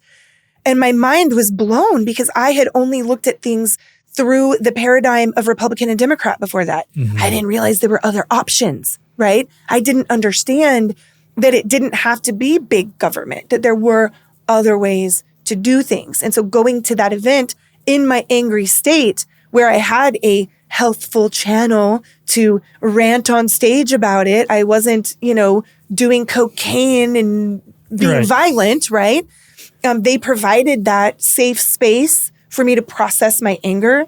And that gave me a new worldview, which allowed me to go back to Missouri, change the way I was functioning in the world. And there were multiple paradigm shifts like that for me over time. But that was probably one of the biggest, was realizing that I don't believe in coercion. Yeah.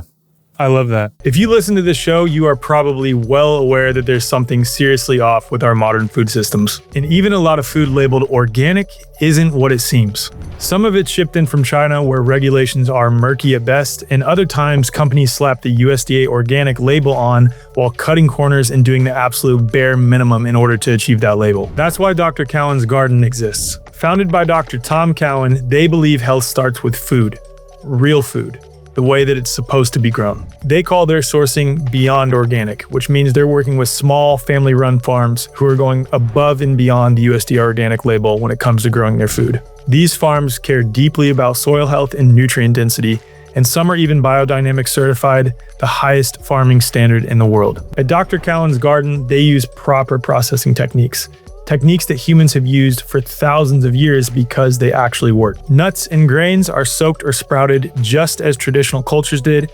Olive oils and apple cider vinegars are never heated, preserving fragile nutrients.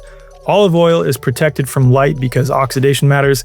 The list goes on and on. The products at Dr. Cowan's Garden are made to be deeply nourishing and also incredibly delicious. Foods that you actually enjoy eating and foods that make healthy decisions actually feel good.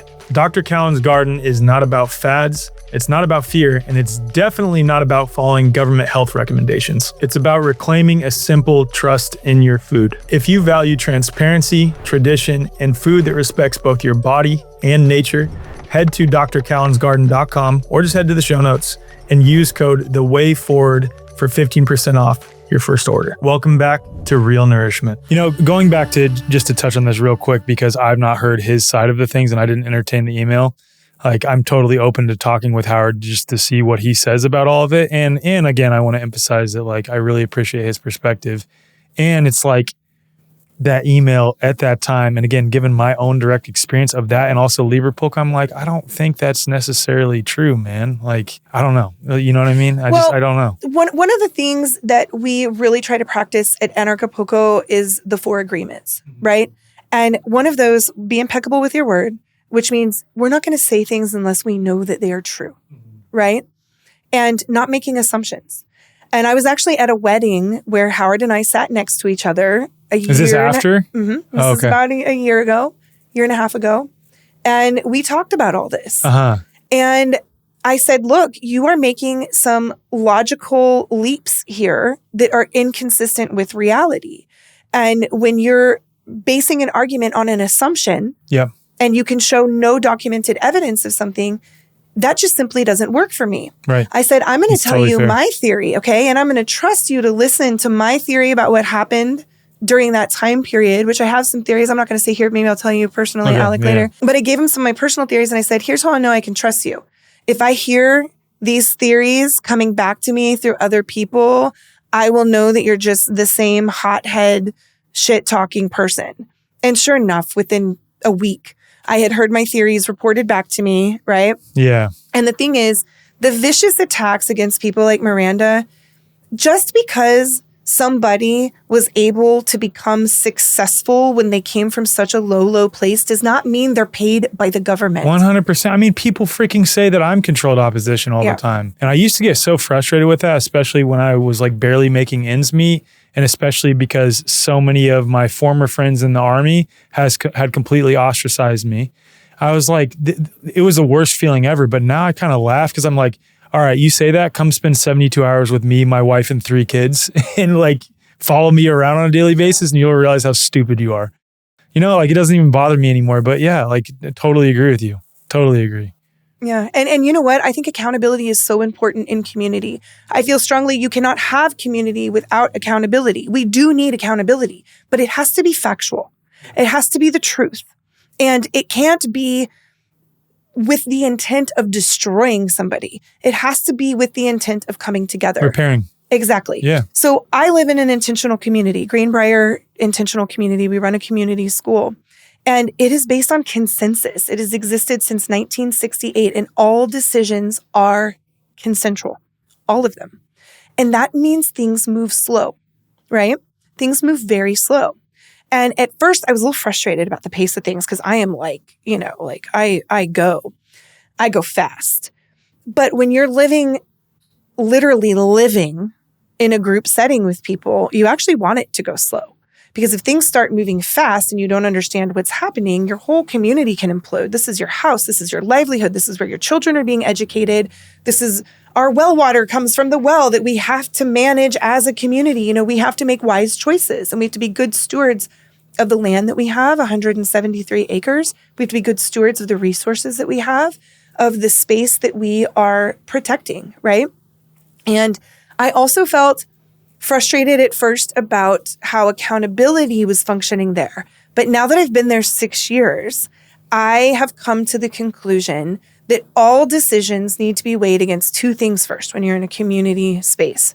1, is this creating unity? Are we coming together? That can mean kicking somebody out. That can mean protecting the group, right? Yeah. If somebody is hostile, aggressive, a user, a thief, they don't belong and they should be removed, which should unify everybody else in a safe place, right? And is it creating longevity? Is this going to allow us to exist another 60 years? Or is this going to make things end more quickly? And so when we're holding people accountable, you can't get pissed off and hot-headed, and you have to move at a pace that creates unity and longevity. And if somebody is really not a good fit, like really not a good fit, it has to be thoroughly explored. Just because I know that someone is corrupt doesn't mean everybody else knows. And you have to actually make a case that is so solid that 100% of the people living there are willing to say, you're out. It's established on facts. Mm-hmm. Yeah. And so this like mob rule, you know, of democracy where 51% gets to decide, that can happen in an unjust way. And it does all the time here in these United States, right? There are all the time people who vote for things based on propaganda that they're hearing, things that they don't understand, that is not based in reality. And they're making decisions that are not unifying this place where we live. And it's not creating longevity. I mean, so many people are talking about the empire's going to collapse, right? If we were making different choices and moving at a different pace, we would find ourselves in a more stable situation. Yep. And so that's what I've learned to really appreciate about Greenbrier. I've seen them kick people out, right? But it doesn't happen at the pace of one person knows that someone did something really unethical, so now they're gone. It happens at the pace of this case has to be made in a methodical way.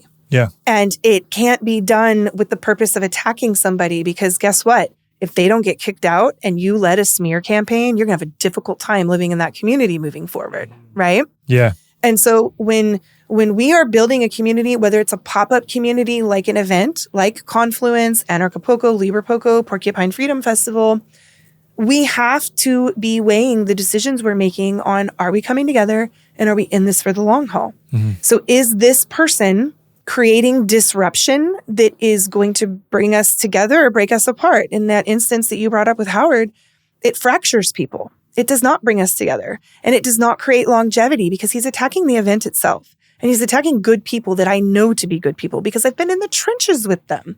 I worked with Miranda before Anarchapulco. She helped me on the Homestead Guru. We did so much together.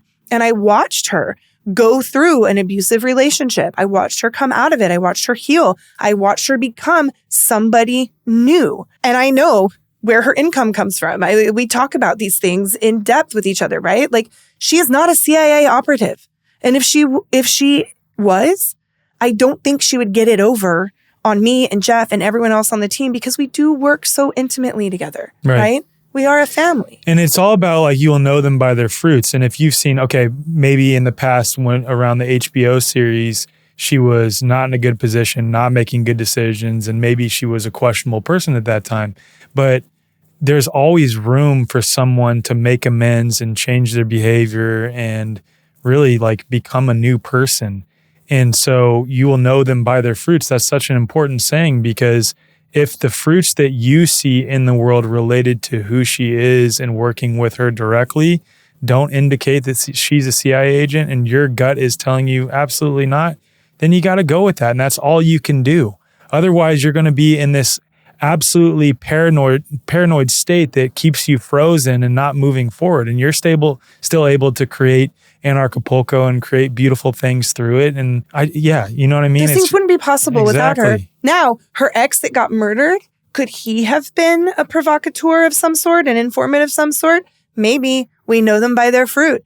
Go back and look that guy up. He was divisive and he created conflict. Yeah. So whether he was or was not, it ultimately doesn't matter because the consequence was the same. Look at the HBO series. That shows you the consequence of allowing those types of personalities into your space. I like to say I put a dome of protection over Anarchapulco. And when people who are corrupt or violent or disruptive try, bing, they just bounce right off. They don't have access because we have high standards of behavior. And practicing the 4 agreements, I think, has really, really helped with that. We practice the 4 agreements at Greenbrier. We practice them at Anarchapulco and Liberpulco. And we say practice because it is a practice. It's hard to be impeccable with your word. I find myself overcommitting or making an assumption sometimes. And I'll say, you know what? I actually don't know that what I said was true. I've learned to go back and self-edit and say, you know what? I actually just made an assumption right there. And in fact, my kids have been able to point out when I'm making assumptions and I'm like, oh, that was an assumption right there, Yeah, that's great. And it's a beautiful thing. And accountability, I think, should be welcome in communities. I think it is vital. It's vital. Anybody who is pushing back against accountability is not a safe person to do community with. And so I call them Jones drones. These were the people that were idolizing him at the time. They were making death threats against me. You know what? He should have been held accountable for being a bully. You should not treat people in your community with hostility, contempt, violence, aggression. These things should not be welcome. And I think in a safe community, you would be celebrated for identifying that and calling it out and saying, stop, this isn't welcome here, right? And that's why I stayed at Greenbrier quietly the first 5 years. I was studying it. Yeah. Because I traveled all around. I lived in a converted school bus for 7.5 years. We went to communities all over North America. We were trying to figure out where to be. And Greenbrier, it came in my dreams. And then we ended up there and we were touring it with my husband. And I'm like, Paulo, the dream about the 2 domes, about the red door, it was there. It came so you literally in my saw dreams. It in your dreams. I literally saw it in my dreams just days before we went and toured it. But I wasn't sure because there were some people that needed to be held accountable that were in the community. And I had to sit back and watch. And I watched. And I realized, okay, this works. This consensus-based community, it works.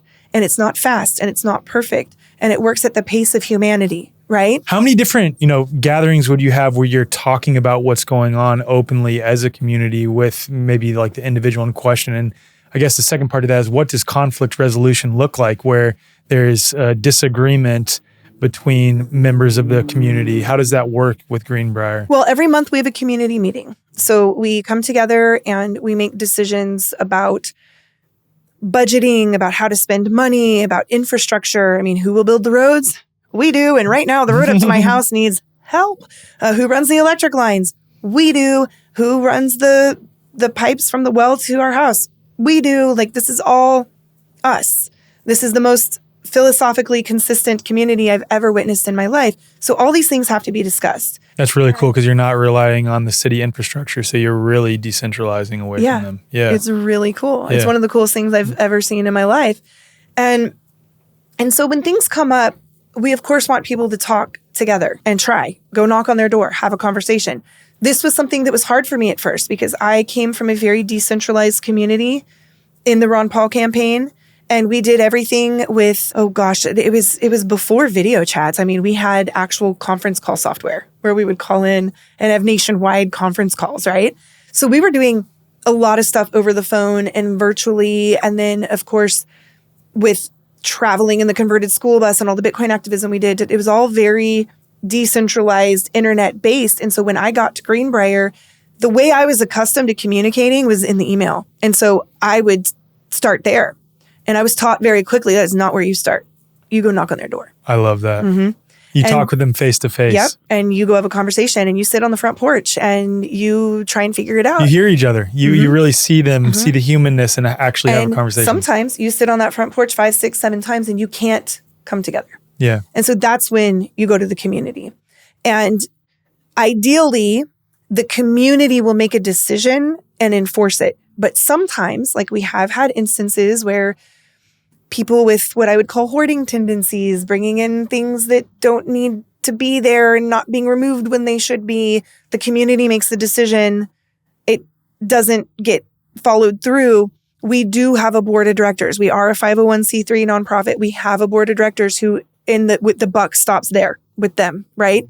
So if the way Greenbrier was designed, it's pretty cool. It reminds me of the original founding intentions of the United States, where we are delegating certain authority to the federal government to manage certain things. We're delegating certain authority to the state government, but ultimately the power lies in the people, according to the 9th and 10th Amendments, right? At Greenbrier, the board says, community, you self-govern, and school, you self-govern. So we have a school bank account, a community bank account. We have school meetings that are at least once a week right now. We have community meetings that are once a month, right?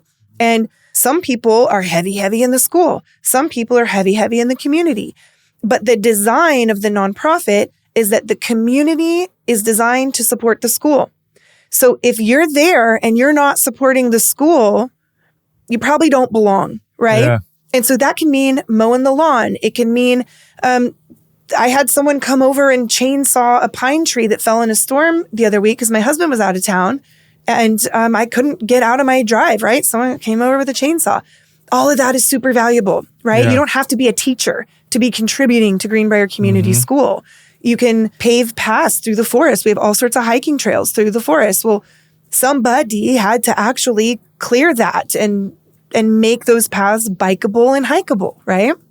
So there's so many ways to contribute. We've got elderly, we've got our generation, and we've got young children. And there's some 3-generation families that live on site. It's really cool. There's That's 2 different cool. families that have 3 generations. They've kind of like grown up on site too themselves. Wow, that's amazing. It's really, really cool. Yeah. And so I felt like when I got there, well, maybe this is too good to be true. I don't really know. We're going to see what happens. And they move slow. You have to live there 2 years before you can ask to become a member, right? There's a courtship that takes place. That's smart though. It is. And it's all contractual. See, that's the thing is I feel like there's a bridge between the voluntarist and common law movements in that in order to live in a true voluntarist society, even with how we're currently living with the system in place, you can live in a voluntarist way if you understand that everything is based on contractual agreements between men and women, which is a voluntarist principle, right? And that literally means that you're contracting into something. And if you sign the dotted line and you are saying you'll abide by those terms, if you don't abide by those terms, then whatever the contract says regarding what happens to you afterwards happens. And that's just how it is. And that is freedom. It is your free will choice to choose to contract into that community, become a part of that community. And if it doesn't go well for you, then you're out. You're out. No one's entitled to Greenbrier. And Right. that's what's so magical about it. I actually like the fact that I could be kicked out because that holds me accountable, right? That makes me self-check. Oh, sending emails about this wasn't appropriate. I hear you. I'm going to call. I'm going to show up. I'm going to knock on your door because I am taking that feedback and I'm integrating it into who I'm becoming, right? And one of the cool things about Greenbrier is that I live in a cabin. I live in a 4-bedroom cabin and we don't own it. But every bit of work that we put into it to remodel it, it's a donation to the nonprofit. That's cool. And so if our children decide to stay and live there, they get this house, right? If they don't, some other family who's going to be doing the cool Greenbrier thing gets to live there and experience it. And it is not anarcho-capitalist. This is like an anarcho something else. I wouldn't call it anarcho-communism because we don't share our financial resources other than we do pay dues to be there. And that is how we buy new electrical lines or I've thought about this exact thing when it comes to, let's say, for example, you have the whole state of Texas suddenly becomes entirely self-governing, right? There's a subset of people that I would question their ability to do that. That like I've come to the perspective, as much as I am philosophically against government based on the principles of voluntarism, which I find to be consistent across culture, across civilization. That's like what we could all agree on.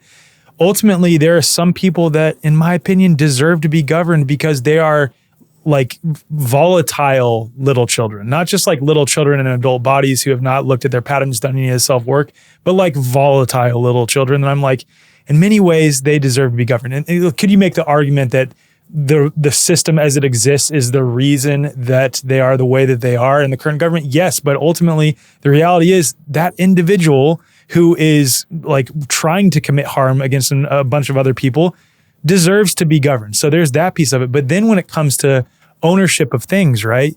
Like right now, the state of Texas has a bunch of land area designated as like state park, essentially, right? Where like no human being can, just come in and chop down a bunch of trees, do corporations manipulate that and manipulate the government to convince them to do that. Eminent domain laws, yes, absolutely. But I'm just saying, what does it look like when there is a piece of land, we're all self-governing, and that's on like a pristine beach somewhere.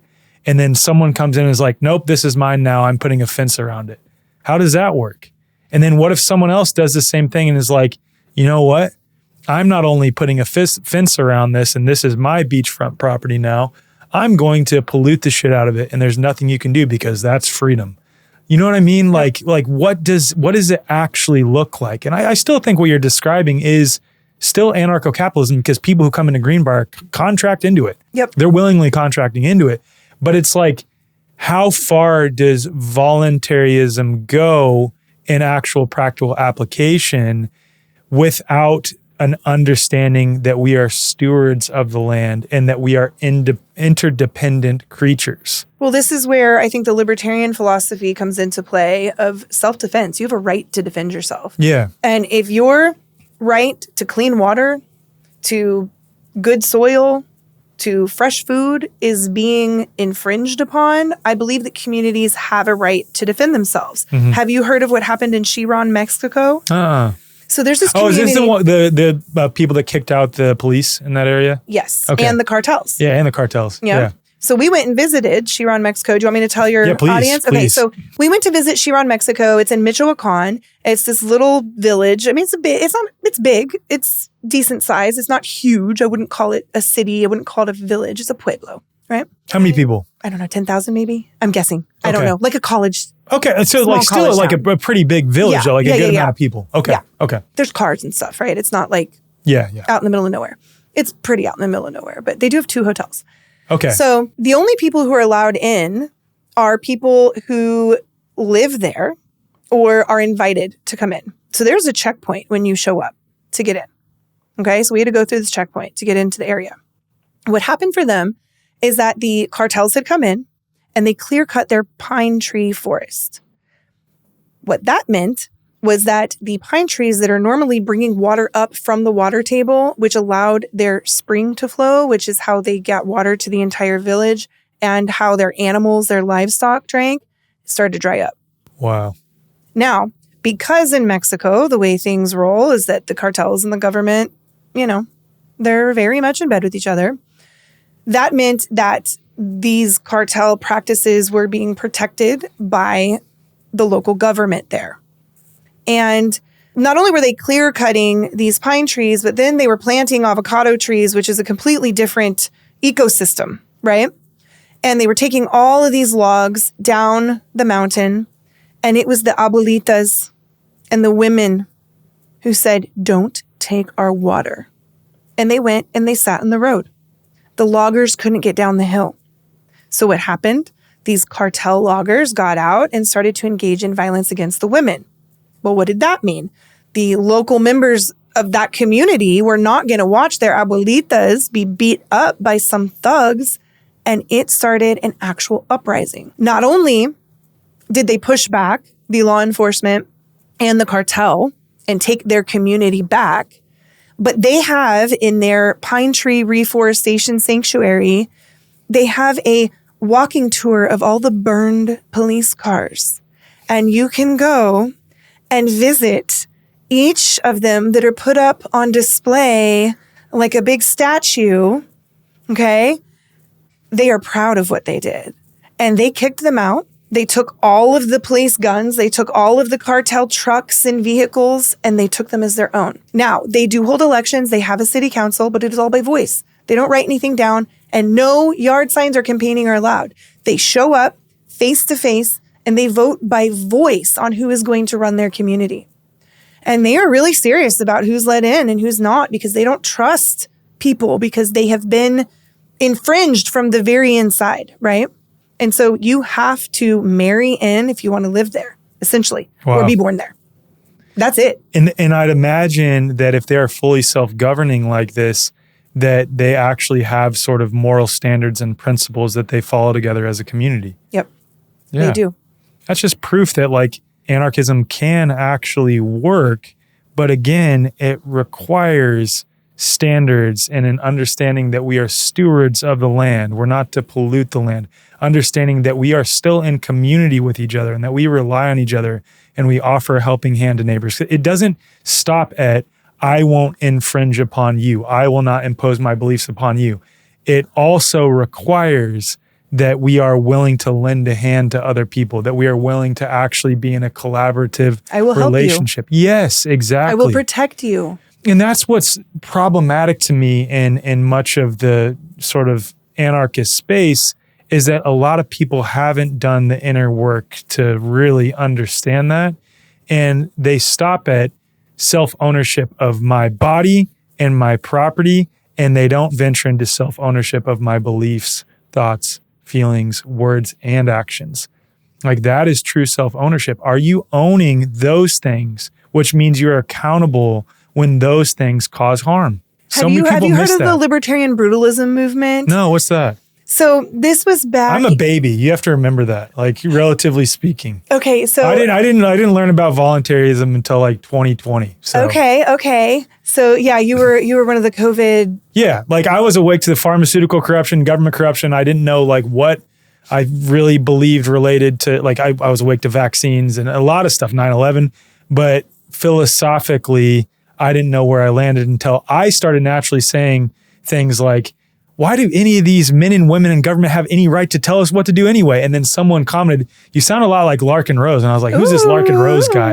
And so I looked him up and I was like, oh my God, what he's saying makes a lot of sense. And then I read The Most Dangerous Superstition. I was like, the rest is history. So I highly recommend Iron Web. It's my favorite book of Larkin Rose's. It is so good. And I think it could explain why some people believed that Trump was a sleeper savior, because there's kind of that angle in the book, which is kind of interesting to follow. So it's a really good read. It's one of my favorite. It's one of my favorite books of all time. Is it fiction or nonfiction? It's fiction. Okay. So it's like a story. It's a tale. Okay. Yeah, interesting. It's really good. Larkin? Yeah. Cool. I couldn't put it down, and it's probably my top 5 favorite books of all time. Cool. So, there was this guy named Christopher Cantwell. He was known as the Crying Anarchist on national television, or the Crying Nazi. He was known as the Crying Nazi. He was part of the Free State Project and was an attendee at the Porcupine Freedom Festival. And he started this movement called Libertarian Brutalism, where he said, I have free speech. I have a right to be as nasty and ugly and mean as I want. And this to me is like agent provocateur flags, right? And I'm like, actually, I can make a case against that. Because if you have a captive audience like a child, whether you're a teacher, a parent, or you have a spouse, right? You don't have to hit them to wire their brain for trauma. Totally. And I would argue that that is physical assault without touching them. Your words are physically changing the brain of another human being. You do not actually have a right to cause harm with your words. That violates the non-aggression principle, right? It absolutely violates the non-aggression principle. And there was this huge split in the community. This would have been 2014, I want to say, where people really believed that they could be jerks and that that was okay in a libertarian society.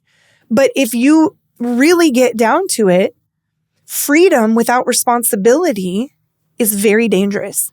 And it's not freedom at all. Totally. For the people around you. It might be freedom for you. Yep. But technically, my freedom ends where yours begin, and your freedom ends where mine begins. The way that I could see that could be hijacked possibly in that argument, and I agree with you. I agree with what you're saying totally, is that someone could then make the claim that anti-vaxxers are causing harm through their speech, so we need to restrict their speech as well. Well, I completely disagree with that because I'm not rewiring anyone's brain by telling you the truth about you're vaccine talking injuries. Specifically about like actual physical violence sentiments being shared. I'm talking about someone being so aggressive and angry and hostile without touching you that they're wiring your brain for trauma. Got it. Okay.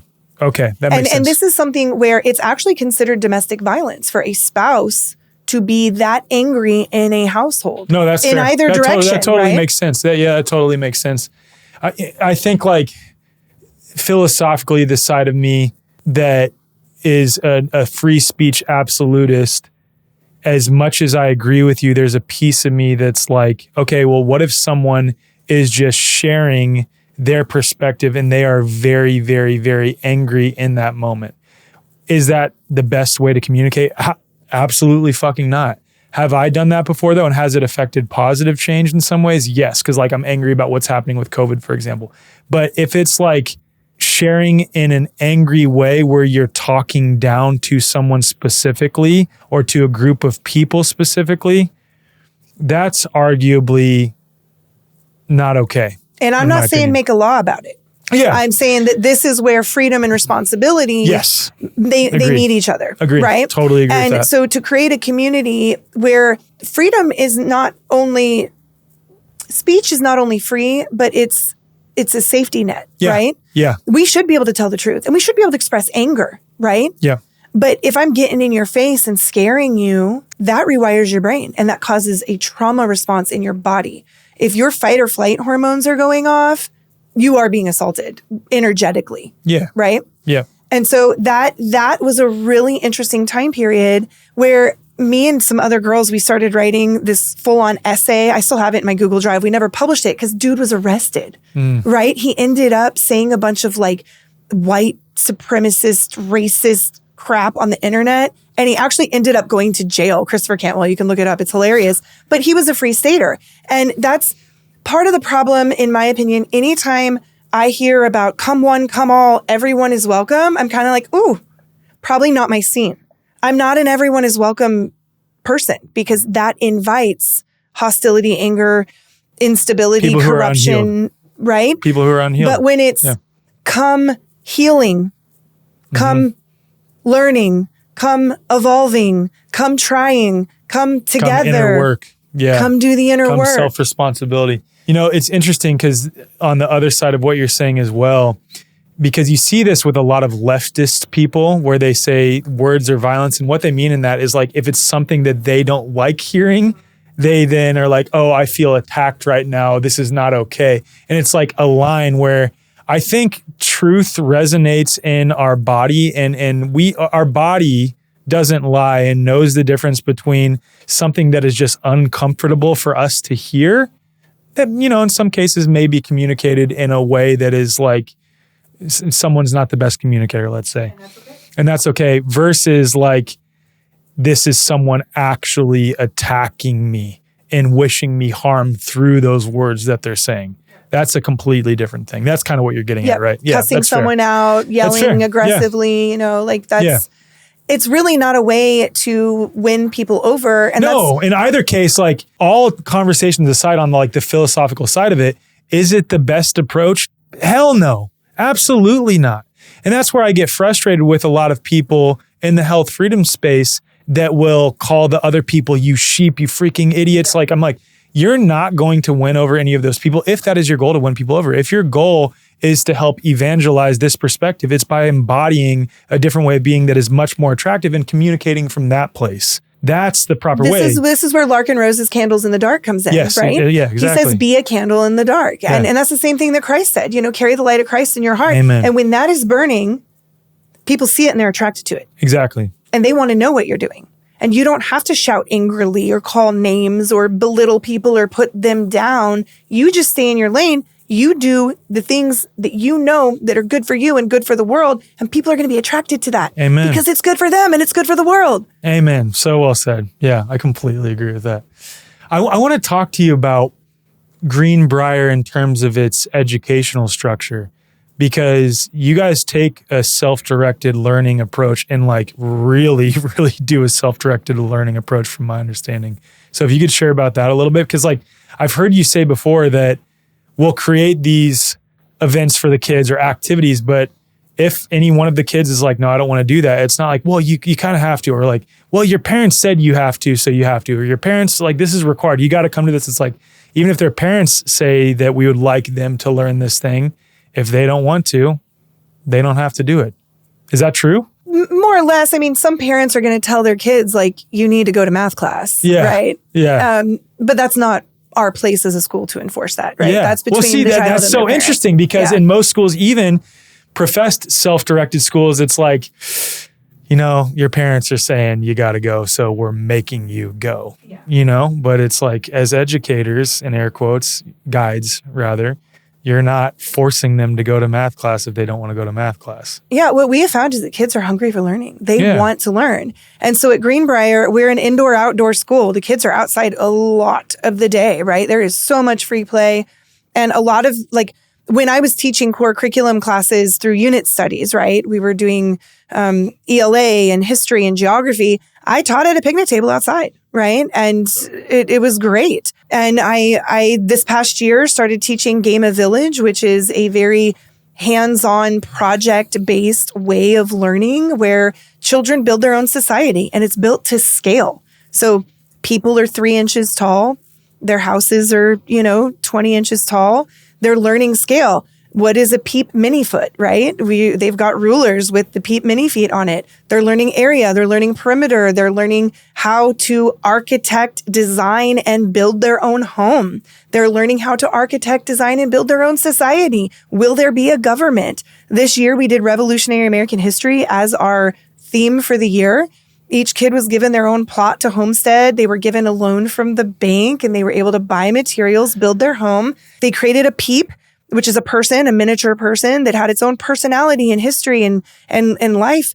And we asked them at the beginning, are you an indigenous person living in colonial America? Are you a red coat British military bootlicker, and some of them were? Or are you a revolutionary colonialist who's going to fight for freedom? What's going to happen?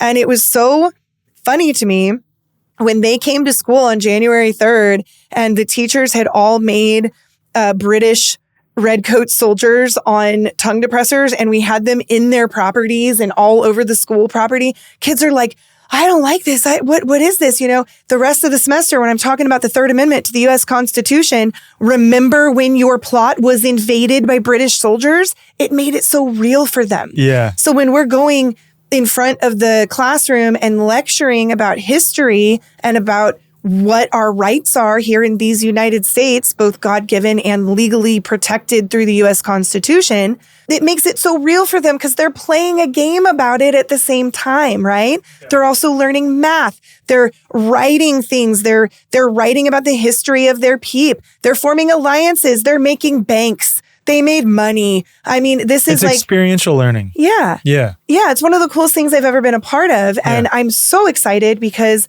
I got to visit the original Game of Village in New Hampshire. They started in 1974. And I got to go visit last summer.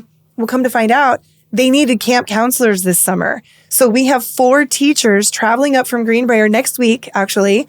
We were able to raise money through Anarchapulco to pay for their housing while they're up there. I was able to raise money through Greenbrier to cover their gasoline while they're up there. And now I'm actually trying to raise money because we have been approved to remodel a building at Greenbrier to make it the village makerspace so that these kids have their own building. Because right now we've been in the main schoolhouse, and that's a little complicated when the other days of the week, kids are doing other projects in there. And so our village stuff is getting kind of moved. So we've been approved to remodel an entire building where the kids will have their own workspace with their own kit underneath the counter where they can pull out. They're going to have their own tools, their own hammer, their own hot glue gun, and they're going to be empowered to take care of these resources for their workstation, right? And it's right across our dirt road street to the village area where they chose this year. The teachers and parents, we suggested like 3 areas that they could homestead, and they were like, we have a better idea, actually. And they led us to a spot in the woods, and they said, we want to homestead this space. And we were like, okay, let's homestead this space. And they said, we want to keep our homesteads from year to year. We don't want to have to start over every year. We're like, okay, we'll figure out how to make that happen. But in real life, that's what happens. You build equity into your space. You don't sell it back to the bank at the end of the year. You know, you like get to live there and add on to it. So the kids are really driving the direction that it's going.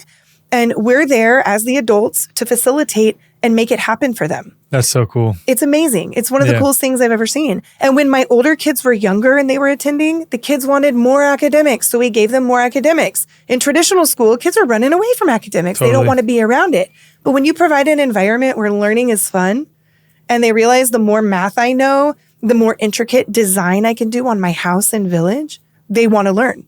How do I use a protractor? That's awesome. Show me. That's awesome. Yeah. How do you cultivate critical thought in that environment, other than what you're already doing, which is experiential, which makes them critically think about the implications of things as it's happening? But say, for example, like most modern schools, even a lot of alternative schools, and even people who homeschool, when they're just adopting these like, you know, big conglomerate books like McGraw-Hill and just bringing it into their house and teaching from that lens and telling their kids what to think. That's obviously not what you're doing, but how do you cultivate critical thinking in Greenbrier? This is where the Socratic method comes in. I knew you were going to say that. Yeah. And so giving children, even young children, the opportunity to have a conversation about what we're learning about. Yeah. And what I found, what I love about these unit study curriculums, I'm partial to Harbor and Sprout. I love it. It's designed for a mom at a kitchen table that can teach a kindergartner up to a high school kid, right? 1 unit study covering the same subject. And what I found is that with the younger kids, you move through it a little faster because they have a slower attention span, right?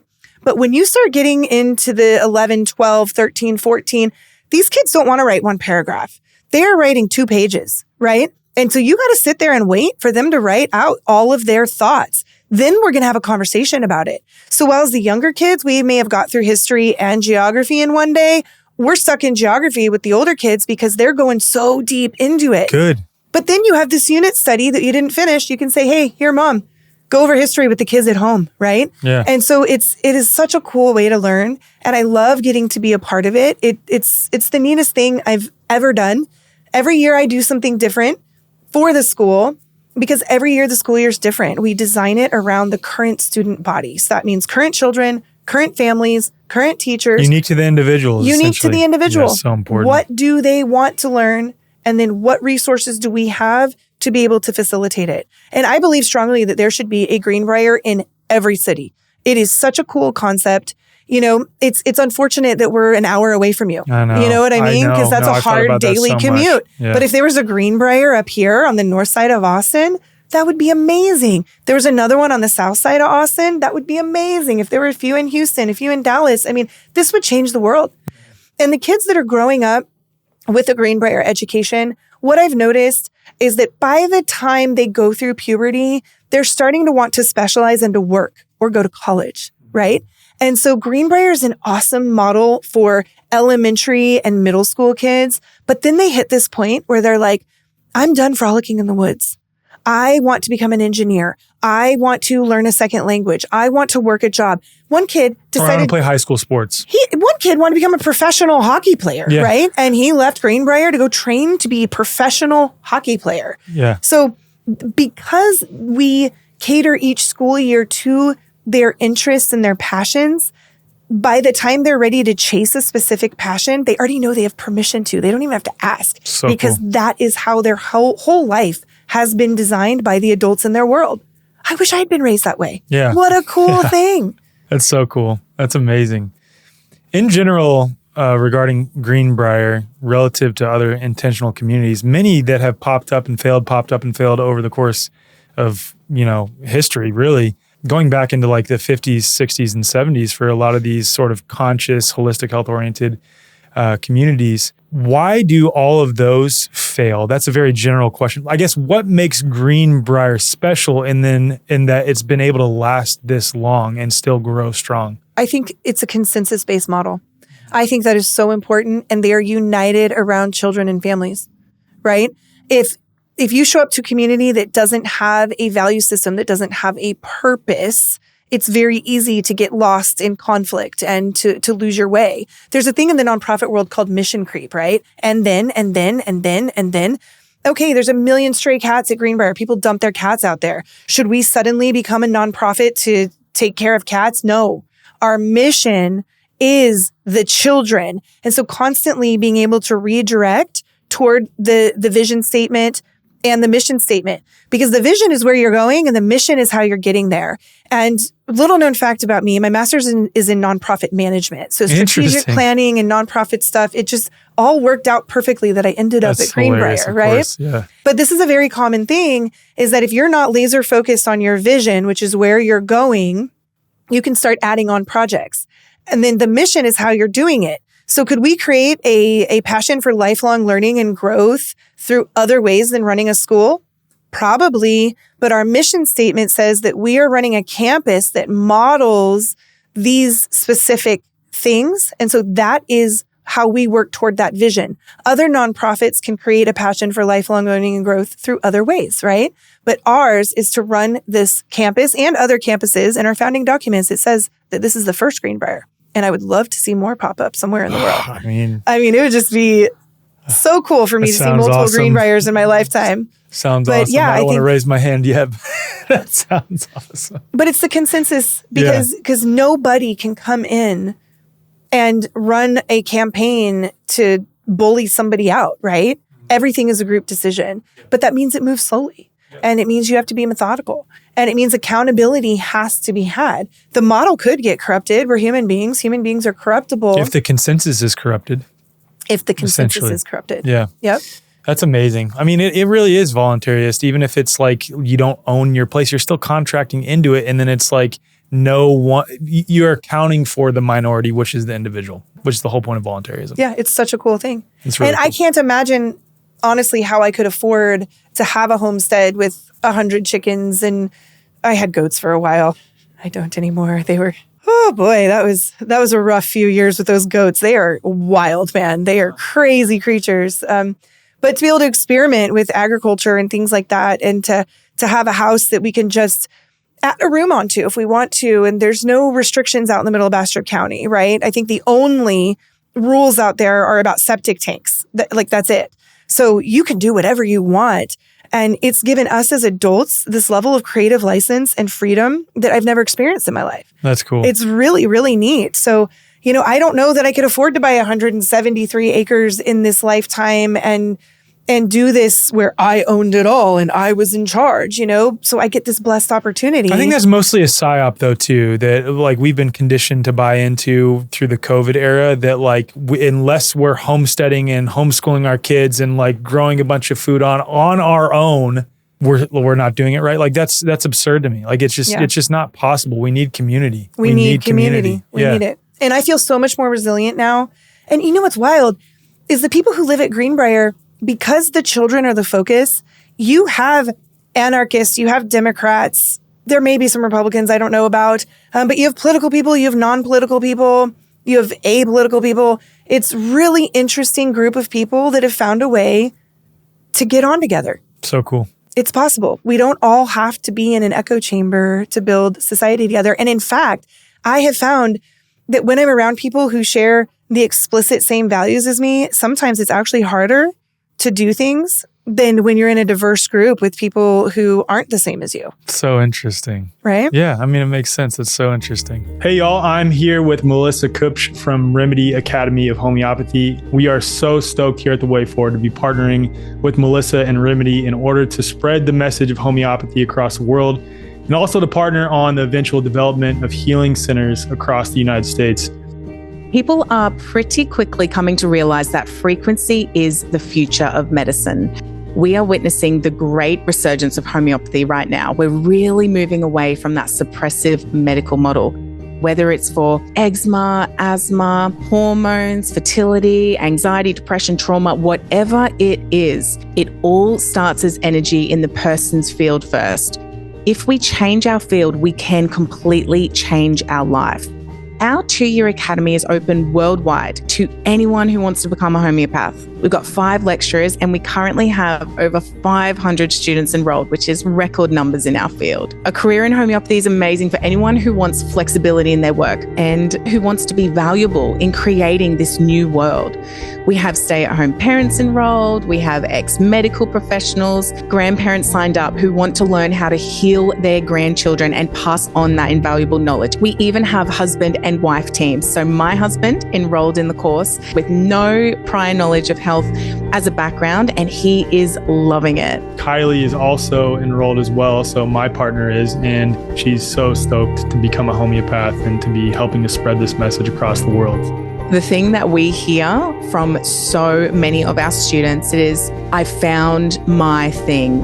Homeopathy is the key. We harness frequencies from nature and we alter the field of all creations. So if anybody wants to join us or they want to know more about it, they can visit our website. Yeah, and all that information will be in the show notes. So if you want to learn more about Remedy Academy, also Remedy Collective, also some of the homeopathic products that they have, please just head to the show notes. All of that will be listed there. So the next thing I want to get into is Liberpulco. We talked about Anarchapulco a little bit, and you have this whole separate event that's sort of a collaborative effort, as I understand it, between the Anarchapulco crew and Liberland. So we don't have Vit here, but if you could talk about what Liberland is and how it came about to the best of your knowledge, and then how that collaboration with Anarchapulco happened, that'd be a really cool place to start. And I personally love it. So for me, when I was invited to Anarchapulco, obviously like honored to come speak at that, because many of my friends and many people like Ron Paul that I'd looked up to had spoken at Anarchapulco. So when I was invited to speak, felt very grateful for that. When I was invited to speak at Liberpulco, because I'm Serbian and because I'm a voluntarist myself, to go speak at a voluntarist event in Serbia was like the coolest thing ever. And what was so cool, so my last name, Zek, before it was Americanized, when my ancestors came over through Ellis Island, it was Zec, which means rabbit in Serbian. My talk that I gave at Liberpulco the first year, there was a bunch of bunny rabbits hopping around in front of the stage, like to where I stopped my talk and I was like, oh, look at all these rabbits. It's my ancestors visiting me. So it was it was just a really cool experience for me. And maybe my ancestors actually hunted rabbits, which is why their last name was Zec. I don't know. I have no idea. But nonetheless, like just a super cool experience for me to be back in the place where my ancestors came from, which I had never, done before, and to be speaking at a voluntarist event in Serbia. And it just made so much sense. Serbians, generally speaking, have this tendency to be resistant to authority. I've learned since being there. And Serbians also love basketball.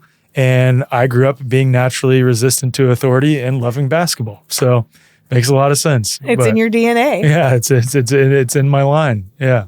So I'd love for you to share about all the things I just said. Sorry. Yeah. So Liberland is a micronation that was founded on libertarian philosophical principles. And President Vit Jedlička, which is how you properly say it, his children taught me that. I practice over and over and over. A lot of Americans will read it as Jedlička, but it's Jedlička. And he's the founder of Liberland. He's the current president. There's a provisional government. He is from the Czech Republic. And he started learning about libertarian philosophy. He was reading a lot of books, and he became curious about what it would look like to actually have a physical place to go where you could live in alignment with these principles. Now, the Balkan region is known for dividing into different, countries and uniting and dividing over history. So this isn't the most unique concept for the region, right? It's something that is a historical thing that has happened there, even as recently as I think the 90s is when they... 90s, early 2000s, with Yugoslavia splitting up. Exactly. And so he started looking at the map and he realized that there was this little sliver of land in between Serbia and Croatia where neither was claiming jurisdiction. So what happened is the river moved and one country was using the river as the border and one was using the old river spot as the border, and nobody was claiming this spot where the river used to be and where the river is currently. He said, aha, I found my spot. So he went to Liberland and planted a flag and staked it as the micronation of Liberland. Now, they have had some trouble building and then having the local Croatian community come in and knock down their infrastructure. So they have built things, they've been knocked down. They've built things, they've been knocked down. They've had some issues. And this is with the local municipality that's there. It's not necessarily with the Croatian national government, right? Got it. They have apparently reached a truce, and they now have some homesteaders who are actually living there in Liberland. Last time I was there, last summer, we took a boat ride up the river, the Danube, to check it out. And they actually had a guy, he'd made a little beachfront bar and he was serving alcohol on the beach right there. In Liberland? So pretty funny. That's great. When you're trying to do something like this, it's pretty radical. Yeah, and of course. You are going to receive resistance, right? So this hasn't just been super smooth sailing. And long story short, it's a little bit difficult for people like us who have American passports to set foot in Liberland, because the local border crossing in Croatia, if they identify that you are headed to Liberland, one of the retaliation things that they have is they will issue you a 90-day ban from Croatia. Wow. But you get 10 days in Croatia before you have to leave. And so they've done some citizenship things where you'll get citizenship in Liberland if you go homestead for 10 days, before you're asked to leave. The problem with that is that, one, you have to be willing to be detained for a couple hours to get your ban written out. So not good for people like myself who have kids. Two, I don't want any bans attached to my passport because I'm concerned that might affect me in other places. But again, you have Anarchapulco in Mexico, you want to get back to the U.S., you have kids. But like we talked about earlier, there's a role for the agitators, right? And other people are the agitators for Liberland right now. So they kept doing that. And they started winning in court. They started having court cases. They started winning, started shifting public opinion. And I think someday soon, I might be able to personally set foot in Liberland. Now, if you have a Schengen region passport, you can get in and out fine. It's not an issue at all. It's for people who don't have a Schengen area passport. What is that specifically? Because I don't know. So it's a lot of Europe. And does that include Serbia?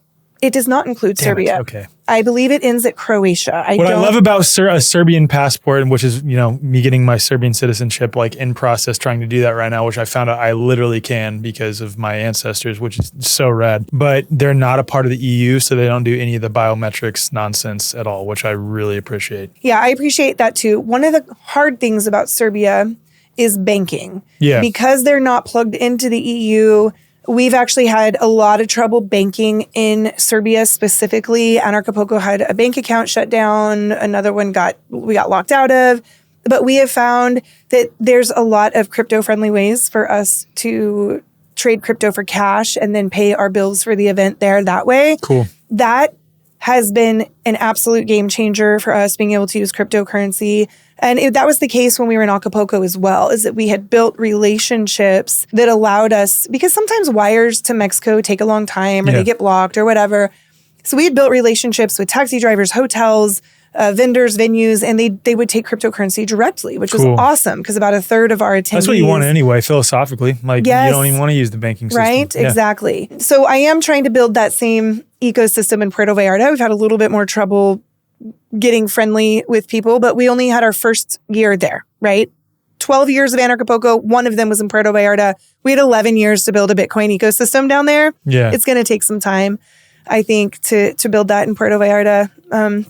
So basically, it's this micronation, and they own a property in Serbia called Ark Village. And you've been there. Yep. This is where it'll be again this year. Beautiful property. It's beautiful. It's got a big pond in the middle. They actually have a garden in the back that they call Secret Garden. And we felt like that was so synchronistic because our venue in Acapulco was called the Secret Garden. Yeah. Jardín Secreto.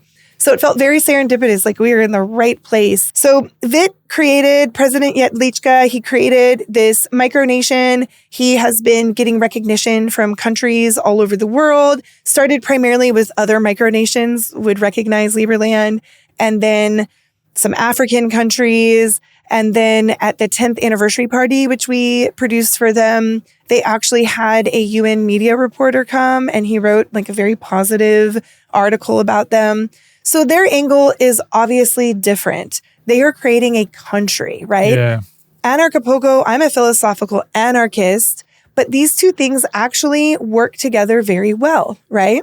Because we do live on a planet where there have been geographic takeovers by corporate entities that they claim to be governments, right? So, yeah. That are basically through coercive use of force have taken monopoly control over industry, economy. Absolutely. Where you can build your house, how you can build your house, So this is, I guess, what you would call, let's see, we said there was the infiltrator, the agitator, and the ghost, and the monopolizer, the monopoly player. Not monopolizer. Not monopolizer. Monopoly player. Monopoly player. And so what they're doing is kind of an infiltration / monopoly game, right? And so they're creating an actual country where they can have the geographic protection over the free market, which I think is so cool. And they have a blockchain-based government.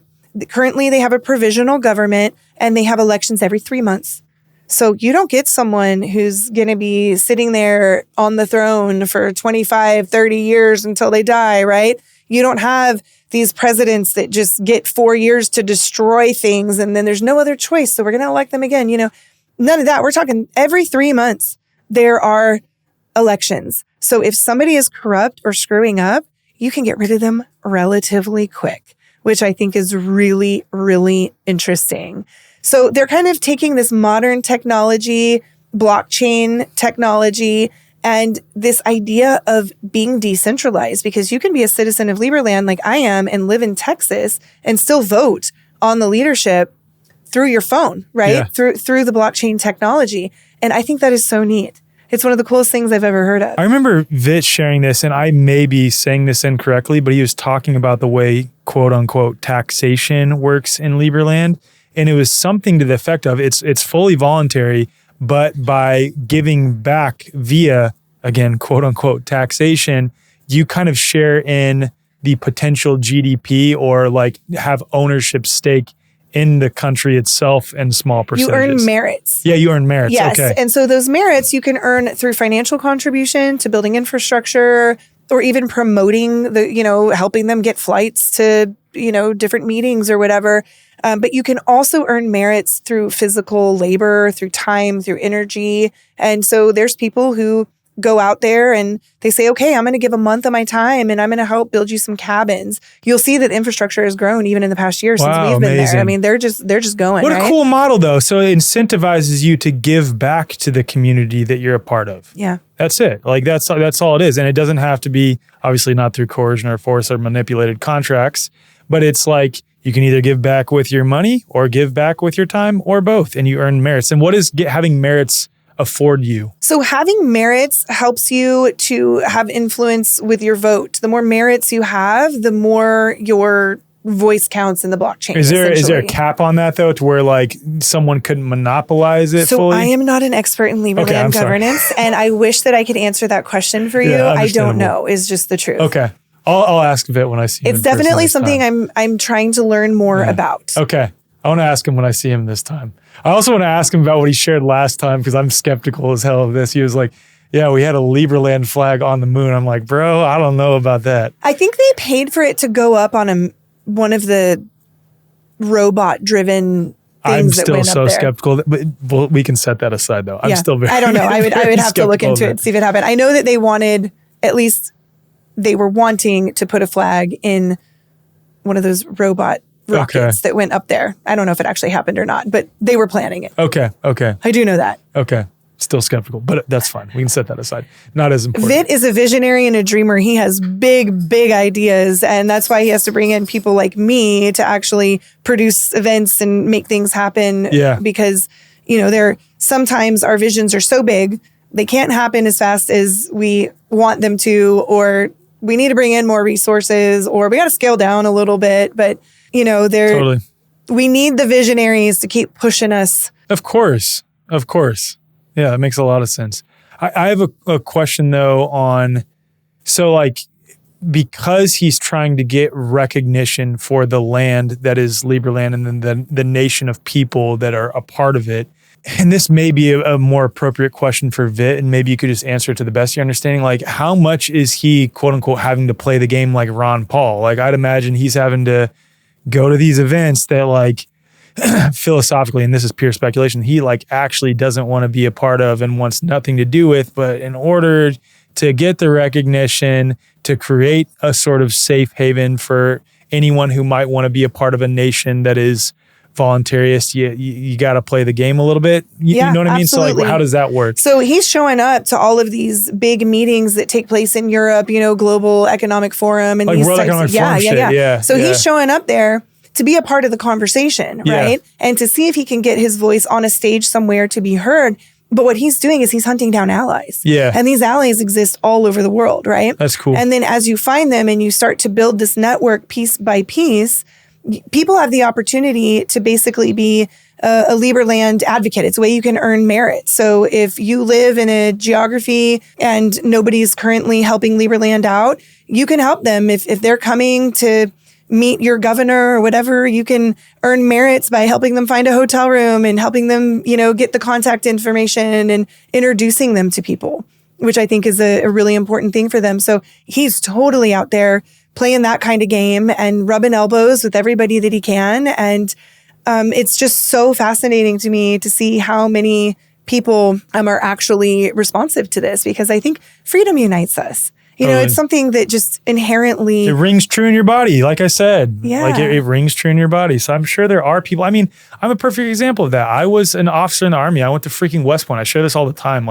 Yes, there are some corrupt, malicious people that are acting as agents of the state. Don't get me wrong. And I really think that they're just unhealed people overwhelmingly. But there are also good people that just need to be presented with better ideas. And then they're like, oh, wow, I haven't thought of it like that. Actually, that makes a lot of sense. And if you're showing them a better way of doing things in your actions, it's like, damn, I think these people have it figured out a little bit better than I thought I had it figured out. And maybe we don't need to be going off to foreign nations and bombing a bunch of innocent people. Oh, no, duh, that makes no sense. You come to that perspective for some time, because I used to believe that the U.S. government was actively fighting for freedom and Operation Iraqi Freedom and Operation Enduring Freedom. And now in hindsight, I can't believe that I ever once thought that. But it's because I was presented better ideas and my own life experience changed by being exposed to other ways of being. That's it. There are plenty of people who are working as part of the quote unquote system, even at higher levels, I'd imagine, that are still able to be woken up. Absolutely. And by showing up to these places and meeting these people, you're planting these seeds. I mean, sometimes we have to hear an idea multiple times before it finally takes root in our heart. And we're like, oh, I get it now. I absolutely understand what they were trying to tell me 5 years ago, 10 years ago, 15 years ago, whenever I crossed paths with that person with those wild ideas. And it's also why it's so important that we have events like Liberpulco and Confluence and Anarchapulco, Freedom Fest and the Red Pill Expo. Jeff's going to be speaking at those this summer. These are really important because it gives people that opportunity to come together and realize they're not the only one, Amen. That there's other people to feel safe, to feel celebrated, to feel understood. And the first Liberpulco we did a raise of hands and started asking, questions. These Europeans don't have an event. I just listed off all those North American events. It's very easy for Americans, Canadians, Mexicans to find community that is like-minded on this kind of wavelength, right? But in Europe, it's much more difficult. That's why my husband, an Italian, I met him in Mexico at Anarchapulco because there wasn't something for him to attend in Europe. Yeah. He had to come to North America to be able to have access to the in-person community. Totally. We have a lot of Europeans that come to Confluence for that exact same reason. Right? And I run into Europeans at the Porcupine Freedom Festival. Yeah. They are hungry for community. And so Liberpulco is really our first attempt at creating this. And it has just been so incredible for me. You know, you're standing in a circle and you're talking to 15 people, every single one's from another country, and they all speak different languages. And they're all here united around this concept of personal sovereignty and accountability and freedom and the creation of a free micronation. And what I love about Liberpulco, we're partnered with Liberland, right? I will probably never move to Liberland. I probably won't. But being there around the people that are building from it, I'm learning things that I can take home to Greenbrier, that I can take back to Anarchapulco. And I'm bringing things that I have learned to them that they can integrate. Could you imagine if Game of Village were to take place at Liberland? Well, guess what? It's already taken place in the Balkans. The niece of the founder who runs Game of Village now, she has taught Village in Serbia. And in fact, she was at the education conference in Serbia 2 weeks after Liberpulco last year. If I had found out earlier, I would have got her there as a speaker, right? That's cool. So just for us to be in person and to feel the essence of other people that are vibing on the same frequency, for me, it lights me up, right? And then I come home and I'm like, I have all these new ideas. I've got all this new energy. I'm invigorated. I am ready to roll. So every single one of these events, even though now it's my job, right, to be at these events, it's an investment in my future, right? Working is an investment in my future because it's giving me access to all of these ideas and all these new ways of thinking. And the cool thing about having speakers like yourself who come back year after year, you're not talking about the same stuff you were talking about 2 years ago because you've evolved. So we're going on that journey with you. Jeff has evolved. We're going on that journey with him. I've evolved. I'm taking you on the journey with me.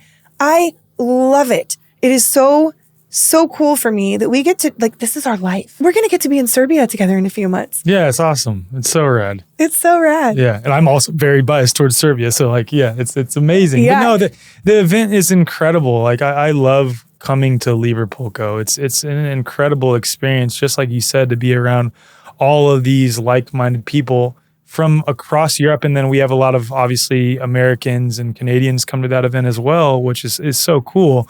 But to continue to grow this in Europe where they're really struggling to find a sense of community that is like-minded, but those people do exist, is really important. And I want to say, and this applies to Confluence as well.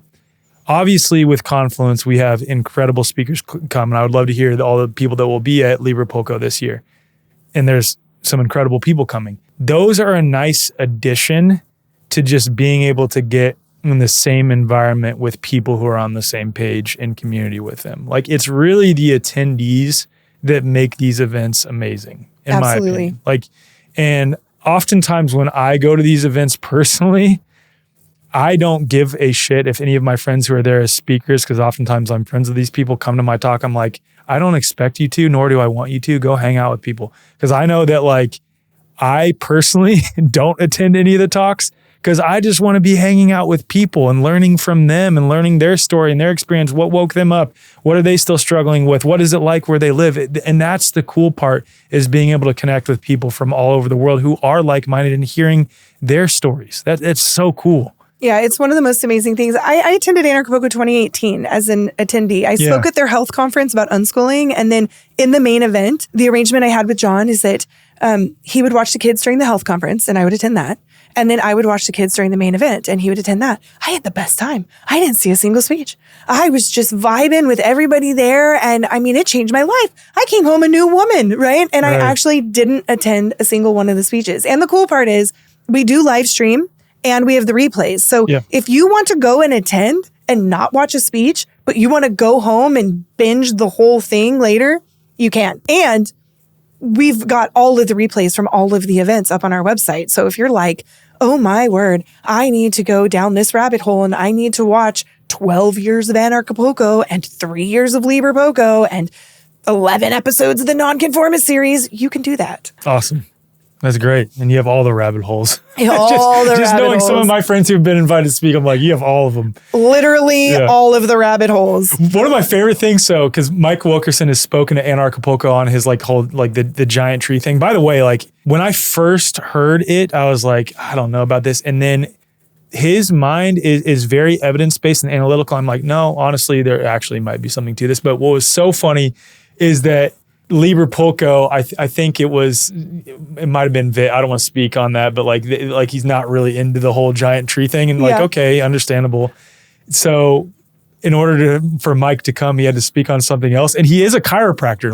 He's a chiro. Yeah. So he spoke on chiropractic. But the funniest part, it was an amazing talk.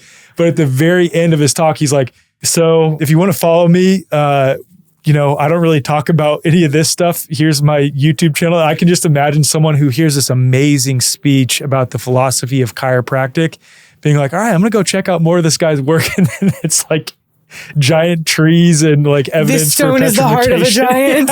It's like...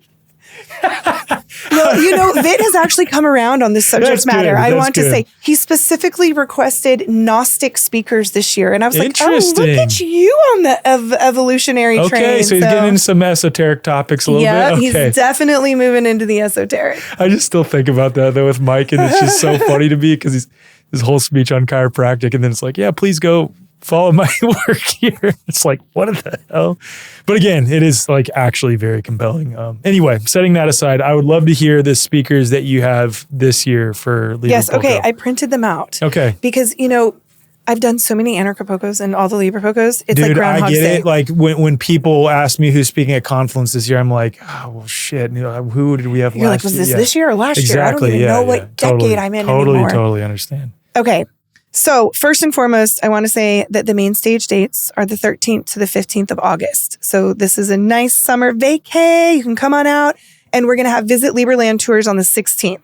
Cool. So for people who can't walk in because they don't want to go through the risk of being detained, you may not be detained, but let's say you are and you don't want to go through that risk. We've got walking tours where you can go through a walk through historic Apatine and then you can overlook the river and see Liberland. Mm-hmm. We have boat tours. And you can also go in person and drive into Croatia from Serbia and take a bike tour of Liberland. So there's multiple ways to see Liberland or step foot into Liberland. And then they are hosting... And that's an addition to the event, though. If you want to come just attend the event, you can go attend the event. You can just come attend the 3 days of the event. You don't have to go... You don't have to worry about any of the You don't have to worry about any of that. Croatia. Yeah. But if you want to stay later, you can stay the following week. They're doing a thing called Floating Man, which is very similar to our Agora Forco, where after Anarchapulco... So it's not Burning Man on a boat. It's a decentralized event. It's a decentralized event where people can put on their own stuff. So if you wanted to stay an extra week and put on a series of lectures or something, you could do that. If an attendee wants to do something, they could do something. If you want to do a day trip to the Tesla Museum in Belgrade, which I highly recommend, that could be an outing that people do together, right? So it's a decentralized week.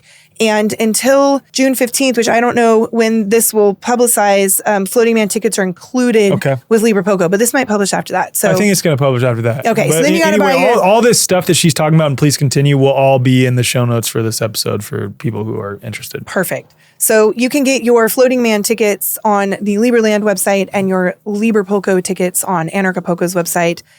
So this year, we've got President Vit Jedlička, of course, who's going to be talking about all the things that are happening with Liberland. I mean, it is constantly changing, whether it's the relationship with Croatia and the way that that's evolved, or who they're being recognized by, what opportunities they're being given. There's all sorts of financing that comes in. I mean, it's incredible. People are looking for a place where they can manage their money without it being stolen from them, right? And so people with resources are investing in Liberland. Of course, our founder of Anarchapulco, Jeff Berwick of the Dollar Vigilante, super excited to have him on. I'm going to be speaking. You're going to be speaking. Max Egan, he's one of our crowd favorites.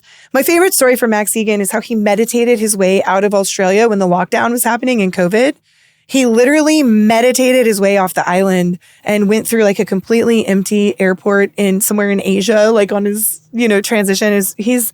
He's incredible. I love Max. Me too. Mark Devlin, he is a music researcher. And last year... Conspiracy Music Guru is his name, right? Yeah. Yeah. And last year, I was backstage doing something on a spreadsheet.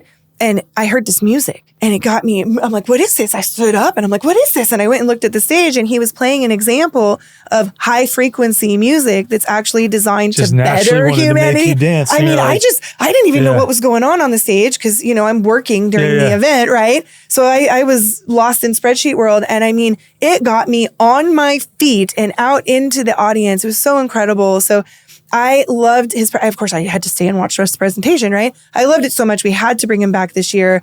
He's got several books that he's written as well that you can have him sign. Gareth Ike, who I'm super excited about. He's one of my favorites. I loved hanging out with Gareth last year. He is so cool. I love him so much. He's coming in from the UK. I don't know if you remember Tom Shaw, the young... Yes, I remember Tom Shaw. He was supposed to do a workshop at Confluence this year, and he unfortunately had to back out. I was blown away by a poem that he read on stage at Liberpulco last year. I was like, wow. He is really cool. So he is our youth, right? He's a college kid, just graduated, up and coming. Yep. He's going to be our master of ceremonies. I love that. We decided we were just going to give him the platform and let him roll because he is such a wordsmith. Yeah. And he has so much skill and talent. And I think in 20 years, he is going to do some of the coolest stuff that we could ever imagine. I mean, I cannot wait to be 60 years old and seeing what 40-year-old Tom has accomplished. Like, same. He was a volunteer at the first Liberpulco. And I remember there was this moment we were like walking across the property together and he's like, how can I help? Da, da, da, da. And I was just like, he's part of the team. Like, I just knew, like, we're going to work together forever, man. This guy is so cool. So I'm really excited he's going to be there. Thomas Walls, who is the Minister of Foreign Affairs, he is our liaison with Liberland, and he is helping to produce the event as well. He is such a wealth of knowledge. He's actually from the United States. He lives in Florida. He's the Minister of Foreign Affairs. So he's doing a lot of the traveling and meeting with a lot of the other countries, right? Along with President Vip. There's a few names on here of up and coming people that we've never put on the stage before that probably our audience has never heard of. And some of these are Balkan names that I am probably going to butcher. So I'm just going to say... That's cool, though. I'll say Anastasia S. Taking from the local community. Yep. That's cool. Yeah. So she is a psychic coach and healer. We've also got some fig farmers. They own a property in the area and they're coming out and they're going to be talking about their homestead. And one of my favorites, Timothy Allen of Free Cities. I am so excited that he's coming back because he's been part of the Free Cities movement, you know, really working to create these sovereign city-states, right? That are self-governing. Cool. And he was one of my favorite speakers from last year. He was just an absolute treat. Philly J, Ivana, I'm not saying their last names because these are Balkan last names. Rob Nelson, who came, he was at the first Liberpulco. I don't know if you remember him or not, but he used to work for NASA. So he has a lot to say about the round earth, flat earth theory. Okay. He's really, really interesting. He's currently living in Norway and he's teaching. And he did an experiment on the stage at the first Liberpulco where people, it was like based on their mindset where they tried to pick up a guy in a chair and it was like really hard and they were struggling. And then he had them do this meditative experience and then they like used their fingers. It's kind of like the light as a feather, stiff as a board. I don't know if you did that when you were a teenager, but I definitely did. And Charlie Robinson, who was our MC of Anarchapulco this year, he's coming and he's actually coming on as our stage manager. Nice. So he's going to be working the stage the whole event. I'm so excited. I love Charlie. Awesome dude. He is awesome. So anyway, we have a really cool lineup. There's more people in the works. I'm really excited about it. I think it's going to be an epic year. Do you have any music this year? Well, a little birdie told me that we have a DJ set by... Well, I wasn't saying that because it's like, you better shut up. No, I was actually serious, like, because I wasn't sure if, you know, Kimber, my assistant, had... Yes.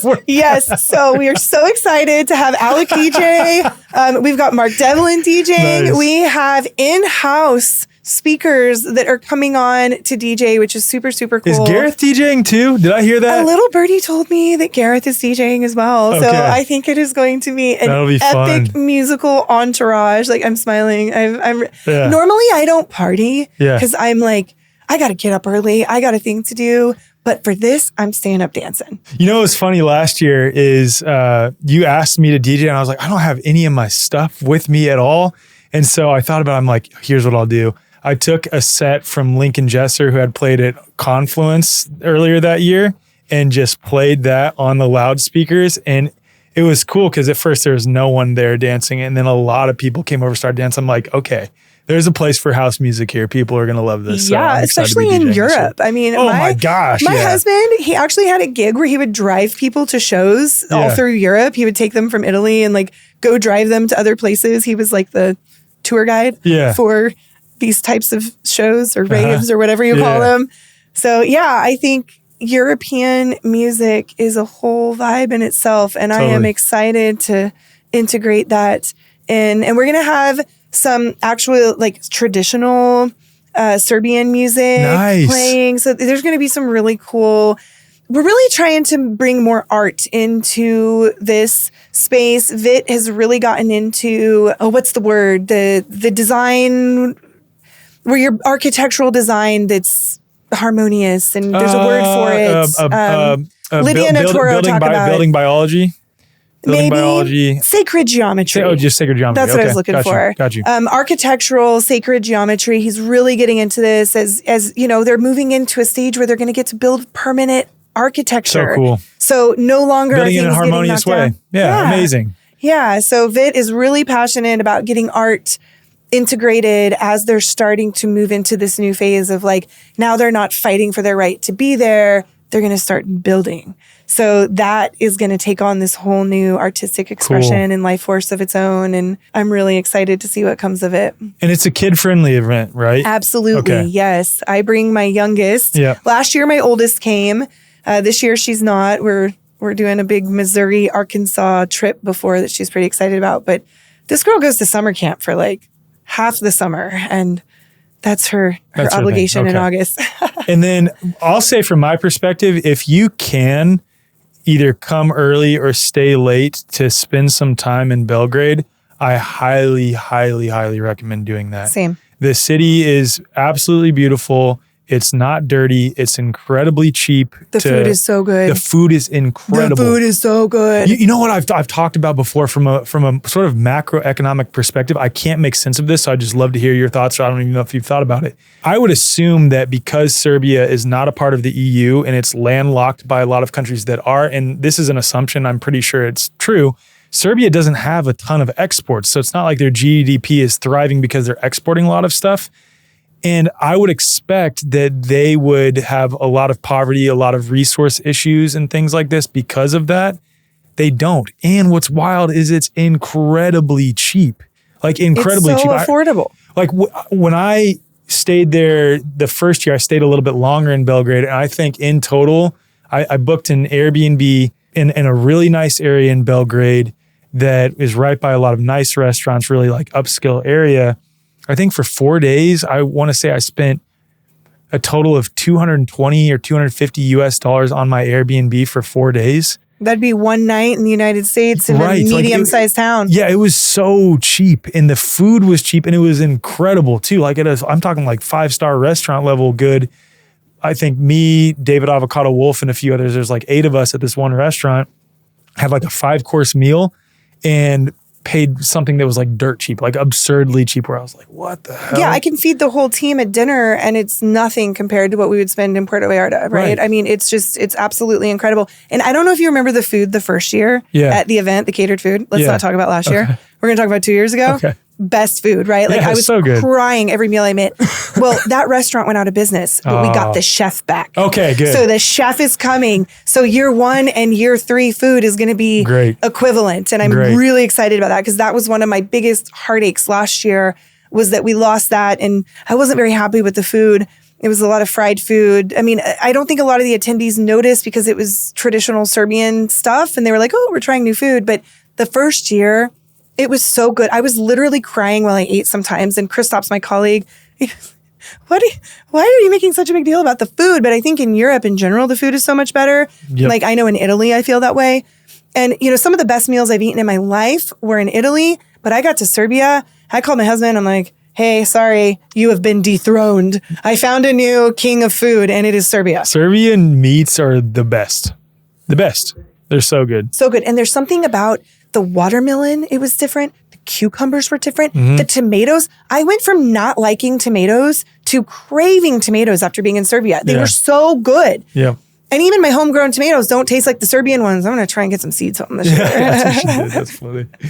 Okay, so if you're interested in Liberpulco and coming to hang out with me and several other awesome people in Serbia, please just head to the show notes to check that out. And you have a discount affiliate code. Yeah, that'll all be in the show notes too. Okay, people get 10% off. Thank you for the reminder on that. You'll get 10% off, so just head to the show notes for that. I'm excited to be back in Serbia and be back at Liberpulco. Again, it's an awesome event, and I'll keep coming back as long as you'll have me. We love having you. The audience loves having you too. I mean, it's so good. Yeah, I just love hanging out with people too. So is there anything else you'd like to share as we're closing, Kat? Yes, actually. We do have a ticket level option that includes citizenship into Liberland. So buying a passport isn't the most affordable option, but when you come to Liberpulco, if you get the VIP Plus ticket, they are giving a meritless passport. So you get the passport, you can earn your merits other ways, right? Yep.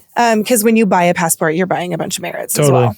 So that is probably the best way to come if you're looking for citizenship, because you get your hotel, you get transported back and forth. It's this awesome, luxurious experience. And the VIP Plus are staying in a hotel you've been in before, the Barcode Hotel. I was asking, I was like, hey, can you put me back in the Barcode Hotel, please?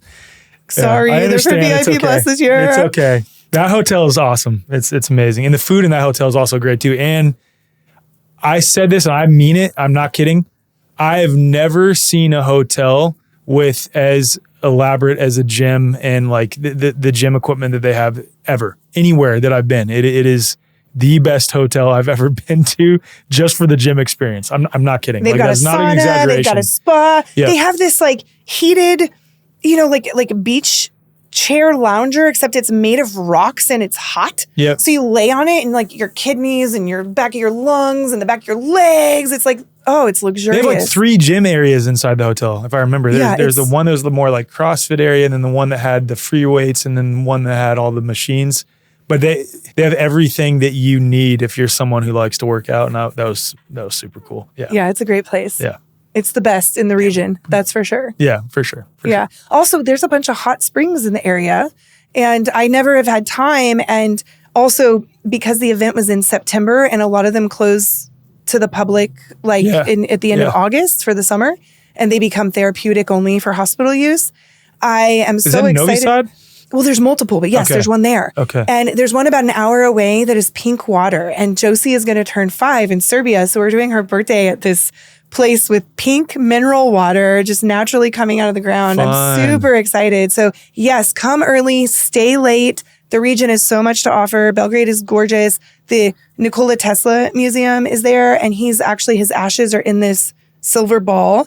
And when I did the tour, nobody was back there like honoring him. It was just me. And I swear I had this like telepathic connection with Nikola Tesla, just standing there by myself with him. It was really neat. So. And it's cool that on their 100 Serbian dinar, it's Nikola Tesla like on the actual bill. Yeah, so bring home some of the bills because they've got Tesla on them. And and if you want a chance to try the Tesla machine, that's going to be there. I don't know if you've had an experience with that yet. I haven't tried it yet. I gotta check it out. It's really cool. Y'all can learn about it. Tesla.club, I think TEZLA.club. But Jeff will have it there giving treatments. And I've seen guys that couldn't lift their arm further than this, get one treatment because of a rotator cuff issue and be able to lift their arm all the way up over their head in one treatment. That's amazing. And this is based on Tesla technology, and it's going back to Belgrade where everything is all about him, So it's really interesting how all this stuff is so synchronistic. See, I'm telling you, Serbia is dope. Serbians get it. Serbia is dope. Serbia is super dope. Yeah.